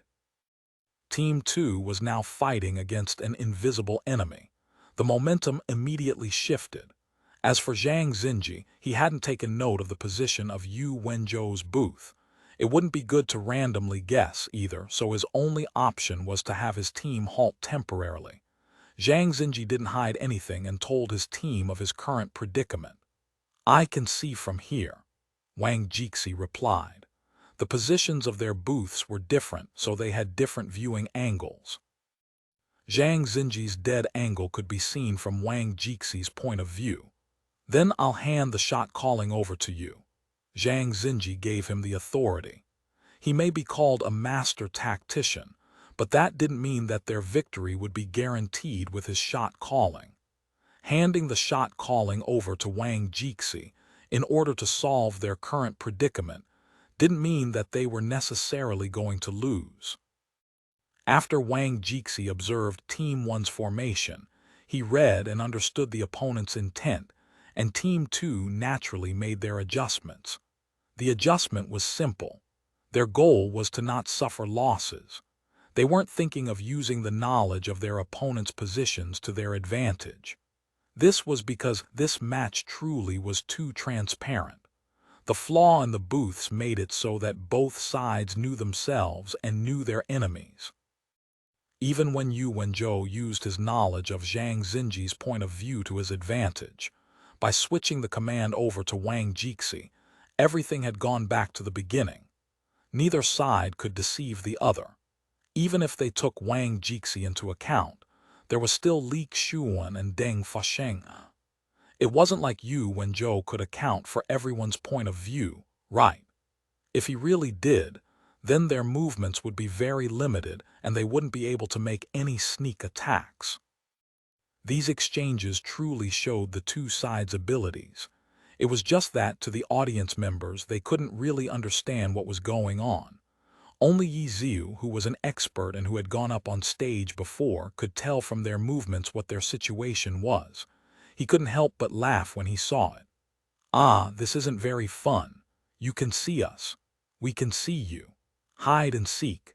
They might as well just send one player up at a time and play the group competition out." Up until now, the two sides still hadn't fought each other yet. But Team 1's chat window suddenly exploded with Huang Xiaoshan's chatter.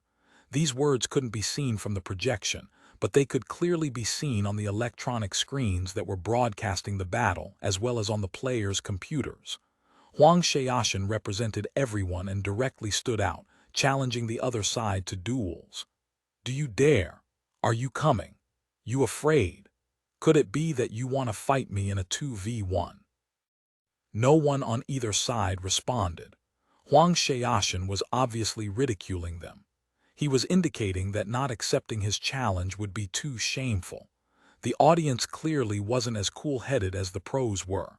They had already begun to get riled up. Team 1's supporters looked down on Team 2's cowardice.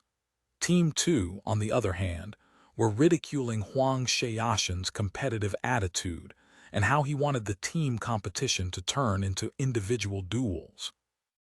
At this moment, the players on stage still hadn't done anything, and the audience members were already on the verge of breaking into a brawl. Team 2 stayed cool-headed the entire way through. On one hand, they were used to it, but on the other hand, Huang Xiaoshan was continuously taunting them. But he wasn't wrong, though. Their Team 2 didn't dare. Dueling also depended on the team composition. As a whole, Team 2 had support and crowd control classes. They were very complete. But in duels, they were against burst characters. If Zhang Xinji's cleric from Team 2 went up, that would just be giving Team 1 free points. How could they agree to duels? But there was no escape. Huang Xiaoshan saw through this point and knew that they wouldn't agree, so he continued to taunt at them. This was also a part of his style. Team 2 consisted of all-stars, so they wouldn't be so easily incited. As a result, they could only laugh bitterly. There were some from Team 2 that wanted to respond back to Huang Xiaoshan, but Han Wenqing was currently crouching at his reserve seat. Being taunted at that wasn't good for their reputation. Team 2 advanced forward to pressure them, but Team 1 seemed to take delight in watching Huang Xiaoshan taunt them and retreated in response. If Team 2 had someone who liked to trash talk, then they would have spoken up long ago. But the problem was, in Team 2, not a single one of them liked to trash talk. And for Team 1, they had the king of trash talking, so they had the complete advantage in the chat window. Retreat, retreat, retreat. Team 1 only retreated, while Team 2 only advanced. Sometimes the person that was doing the trash talking didn't know if it was working. Team 2 thought that they were being very cool-headed in response to Huang Xiaoshan's trash talk, but to the outsiders, they thought that they had been provoked by Huang Xiaoshan. Team 2 continued to push forward, and just as they were about to fight, Team 1's 5 players suddenly scattered. Team 2 still hadn't figured what was going on, yet when suddenly Team 1's players disappeared from their sight. The 5 players were already used to looking out of the window to see the projection. None, none, none, none here.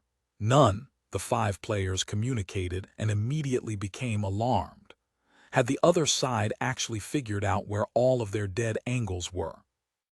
Hurry and retreat, Zhang Xinji shouted. He had already realized that they were in one of their opponent's formations. They seemed to have intentionally lured them to this spot and created this situation. Zhang Xinji retreated along with everyone else, while carefully observing the terrain around them, looking at those spots that they weren't able to see. Everyone, stay in position, Zhang Xinji quickly reminded. He discovered that there were too many places here for the opponent to hide. At this moment, the first attack of the match struck. Ye Xiu, Team 2 nimbly stepped to the side. A laser beam split their formation into two. Ha ha ha, I can finally move. A word bubble popped out from above Huang Xiaoshan's troubling reign. Who knew where he had come from? He struck with a falling light blade from up above, directly into the 5 players. Formation the King's Avatar Volume 5 Ace Showdown Chapter 339, Chapter 339. Each side with their own shortcomings. If this type of surprise attack agitated their team, then Team 2 wouldn't deserve to be called all-stars.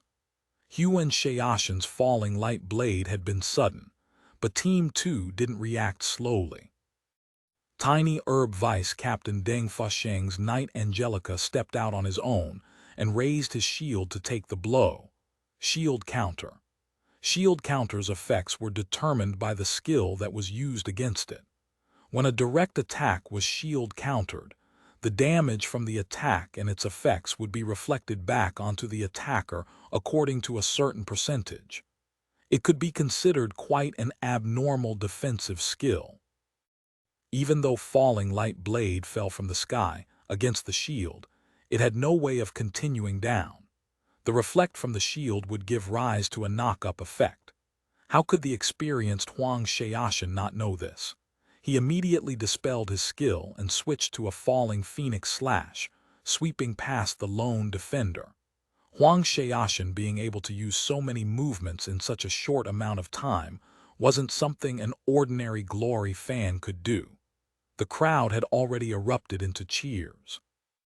Deng Fusheng had no way of using shield counter to receive falling phoenix slash. If he changed directions and his position, allowing him to use another skill, he could try again. However, shield counter was on cooldown right now. How could he use it again? However, he wasn't the only player on Team 2. Wang Jixi's Vacaria, dressed in a black magic robe and a large wizard cap, hopped to the side. He waved his arms and a shadow cloak headed towards Troubling Rain. Dark Mantle was a grab skill and had high priority. At this moment, Wang Jixi choosing use it against Troubling Rain's falling phoenix slash meant that he had the utmost confidence he would be able to block it. Suddenly, a gunshot rang out. Zhou Zekai's Cloud Piercer had rushed out, firing rapidly towards them.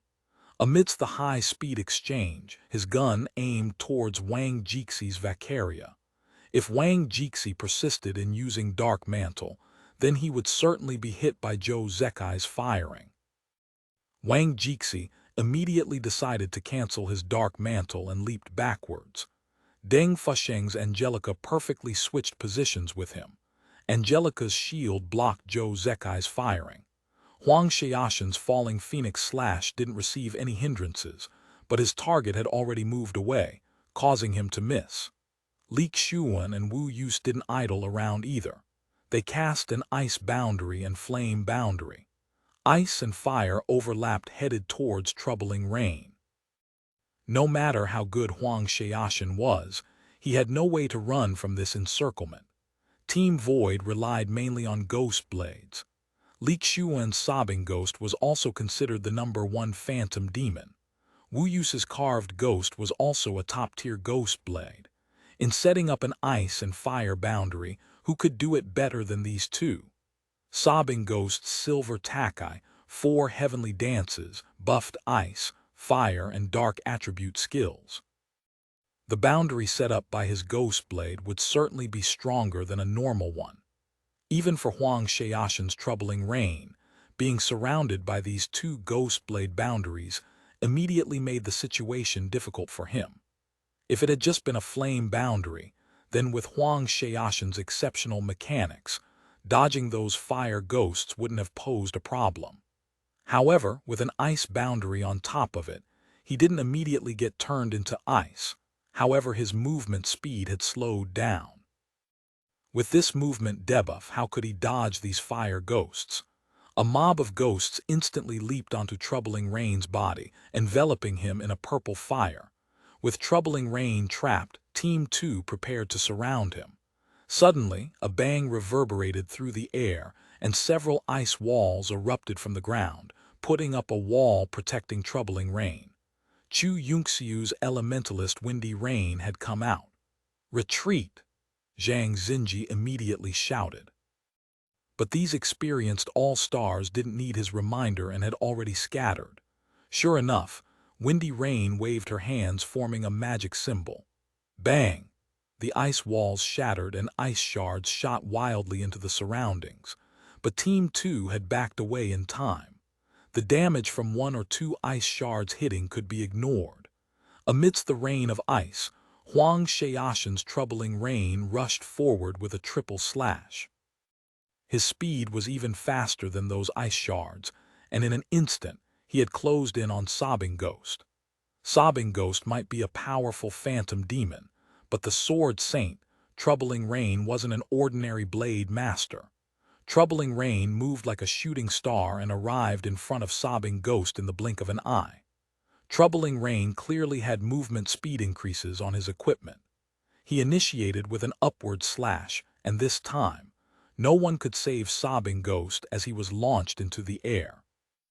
Ye Xiu immediately adjusted himself in order to break the knock-up when a cannon shot fired from far away. Su Ma-cheng's dancing rain had sent over an artillery shell. Team 2's players were quite helpless against Su Ma-cheng's attacks. Their team composition consisted of a witch, a knight, 2 ghost blades, and a cleric. They didn't have anyone that could match a launcher's range. In terms of pure DPS, their Team 2 had no way of competing against Team 1. They required teamwork using different strategies to outlast the other team. There was nothing they could do about the long-ranged attacks, but their team wouldn't fall into disarray just because of that. Under Zhang Xinji's shot calling, Team 2's players didn't hurry to surround Su Ma-cheng and instead went to save Sobbing Ghost. Ye Xiu's Sobbing Ghost still hadn't come down yet after being launched up.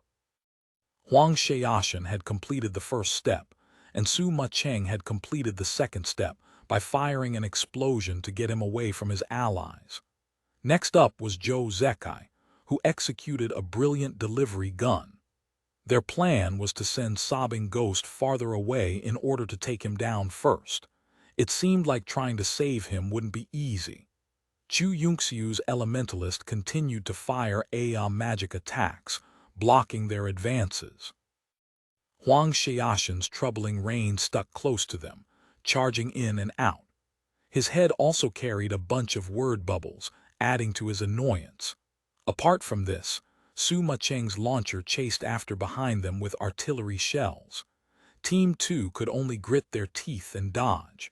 As an all-star and the #1 god of ghost blades, it wasn't as if Ye Xiu could do nothing about the delivery gun. However, the problem was delivery gun wasn't the only thing he had to worry about.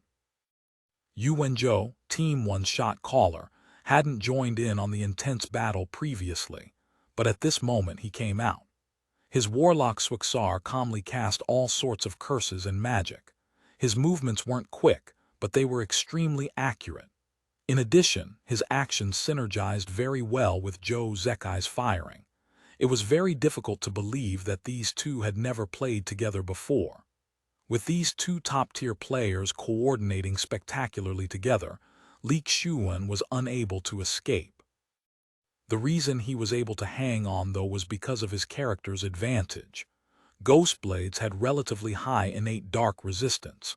The warlock's curses and magic were all dark attribute attacks. As a result, Sobbing Ghost didn't take as much damage. This issue could be eliminated by increasing the tempo, however. Everyone in Glory knew of Yuan Zhou's famous handicapped hands. Besides increasing the tempo, you could have him do anything else. It was a pity. His hands weren't able to keep up. This sort of weakness couldn't be resolved. However, this issue only dragged things out a bit longer, that was all.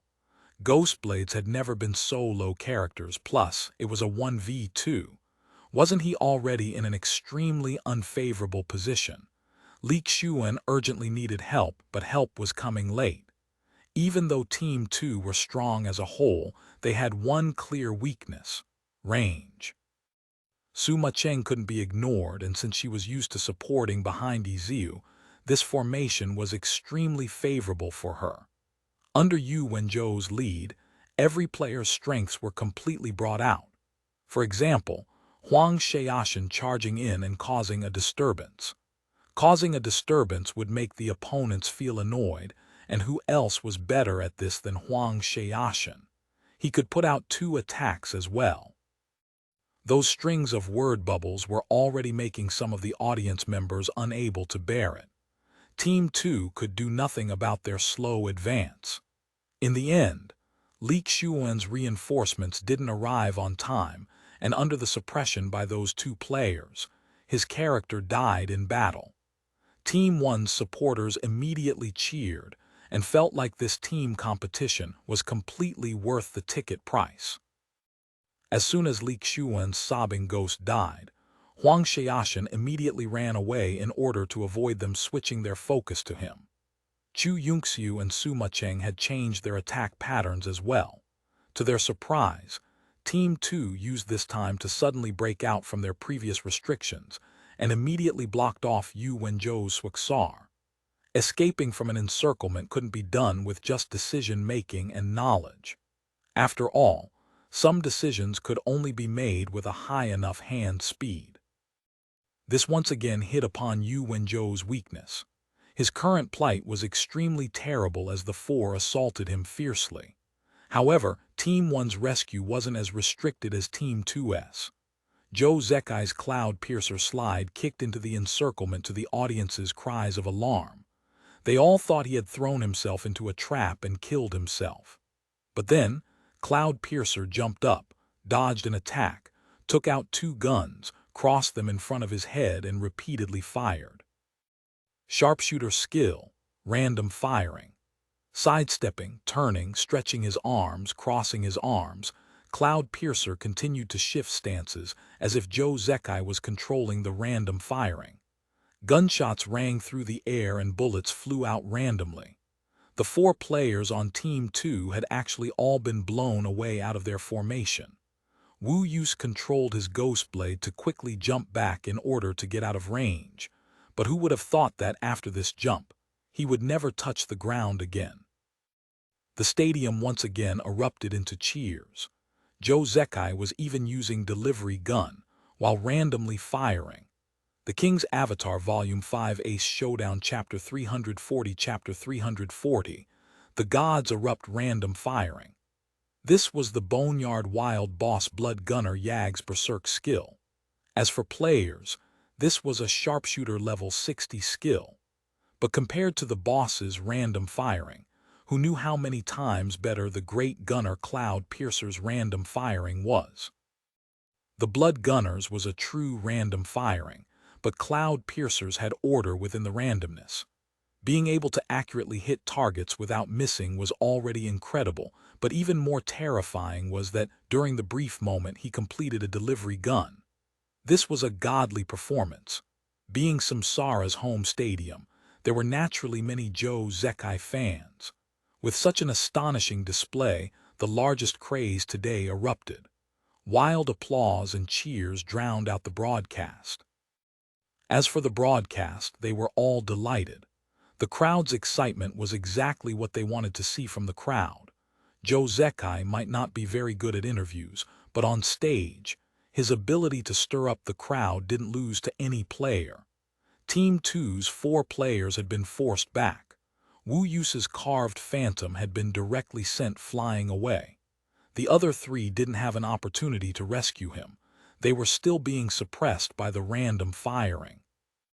As soon as random firing stopped, Cloud Piercer continued his barrage. He sprinted forward, chasing after Carved Ghost. The forced-back 3 players were finally released. Deng Fusheng's Angelica rushed forward with his shield raised, hoping to block Cloud Piercer's bullets. Suddenly, Zhou Zekai slide kicked, diving past Deng Fusheng's Angelica. Deng Fusheng immediately had Angelica jump to the side. The moment the 2 passed each other, Cloud Piercer suddenly stood up and struck out with a knee strike. The attack had been both fast and sudden, but Deng Fusheng wasn't slow. He raised his shield and backed away. He didn't try to block him off because he knew that gunners had the skill, Punisher, which would force him to be knocked down. Against this type of skill, even using shield counter wouldn't block its effects. The instant Deng Fusheng felt the strike hit his shield, he moved his shield to one side and stabbed forward with a holy punishment. His blade flashed with light, and a cross appeared on the ground.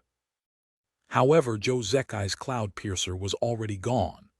Deng Fusheng was surprised, but then he saw a shadow flit across the ground. He hastily lifted up his head to look, but blood had already splashed into his line of sight. Zhou Zekai's Cloud Piercer had leaped over his head, and at the same time the 2 guns in his hands continued to dance about. This time, the bullets poured down onto him like rain. Random firing again. Except this time, the random firing had been done in the air, making it more difficult to use. But it seemed like this sort of problem didn't exist for Zhou Zekai. The even more difficult maneuver, hitting a single target using random fire, had been achieved beautifully. Of course, a level 60 skill like random firing wouldn't have a short cooldown. However, sharpshooters had a skill called dual load, which allowed them to repeat a skill that was on cooldown. Zhou Zekai had clearly used this and doubled random firing's cooldown. This was what allowed him to use random firing in quick succession. Random firing was supposed to be an AI skill, but in Zhou Zekai's hands, it had been twisted into a single target skill. The entire attack focused onto Deng Fusheng's knight. Even though the knight was the class with the highest defense, it wasn't a small blow. Even worse, Zhou Zekai's attacks didn't stop there. He ignored the target he had been chasing, and after landing on the ground, he began circling around Angelica, running and firing. The atmosphere of the crowd grew even wilder. Zhou Zekai was actually suppressing Deng Fusheng. For such a situation to occur on two all-stars didn't mean that Deng Fusheng was weak, but rather, Zhou Zekai was too strong. So strong that it was beyond the norm. There were already die-hard Zhou Zekai fans waving around banners calling him the Glory's #1 expert. With Zhou Zekai's current performance, he really was living up to the name. Team 2's 4 players had practically been broken up by him alone. Wang Jixi, Deng Fusheng, Zhang Xinji, Wu Yus, these were all famous and resounding figures, yet in front of him they appeared as if they were just random players. Team 2 hurriedly tried to turn the situation around. Wang Jixi's Valkyria flew after Cloud Piercer, but was suddenly blocked by Huang Xiaoshan. The two fought a dazzling battle, and for now, it was difficult to say who was on top. As for Wu Yus's carved ghost, which had been sent flying away by Zhou Zekai, was now being taken care of by the sole 2 female all-stars. These two had a good sense for tactics and were also good friends. In private, the two often played together, and as a result, their current coordination showed this. Wu Yus's carved ghost was a rare kind in the pro scene, a phantom demon and sword demon hybrid. However, despite his all-roundedness, he was unable to keep up with the 2v1 and was slowly being pushed back. Zhang Xinji's cleric was a support class without many DPS skills. He wanted to go and save them, but he was suddenly blocked by Yu Wenzhou's Swaxar. The two began battling unhurried. Zhang Xinji observed the situation. Team 1's intents really had been what Huang Xiaoshan had been chattering about. They wanted to split them apart and fight 1v1s. After their formation was broken apart, the two formed this type of situation. Team 1 consisted of completely offensive characters. In a 1v1, Team 2 would certainly suffer. In addition, Ye Xiu's sobbing ghost had already died. After quickly scanning around him, he saw that Wang Jixi and Huang Xiaoshan were in a deadlock. Deng Fusheng was being suppressed by Zhou Zekai quite miserably. As for Wu Yus, calling it miserably would be an understatement. In a 1v2 situation, he was simply taking a beating. It had to be known that Chu Yunxiu's biggest weakness was that she often collapsed under pressure. But since this was the all-star competition, and just for show, she had absolutely no pressure on her. Her performance right now wouldn't lose to top-tier gods like Wang Jixi or Huang Xiaoshan. With her as the main attacker and Sima Cheng, who was an expert at coordinating with others, Wu Yus had practically no way of fighting back. Speaking of top-tier gods, Team 2 had one more. Han Wenqing and his Desert Dust had originally been on the reserve player seat. After Ye Xiu's sobbing ghost died, his character would automatically take his place. There were many areas on the map his character could appear at. Even if they were in the middle of a battle, as long as they were in such an area, they could switch positions. However, the switched-out character would be in a cooled-down state.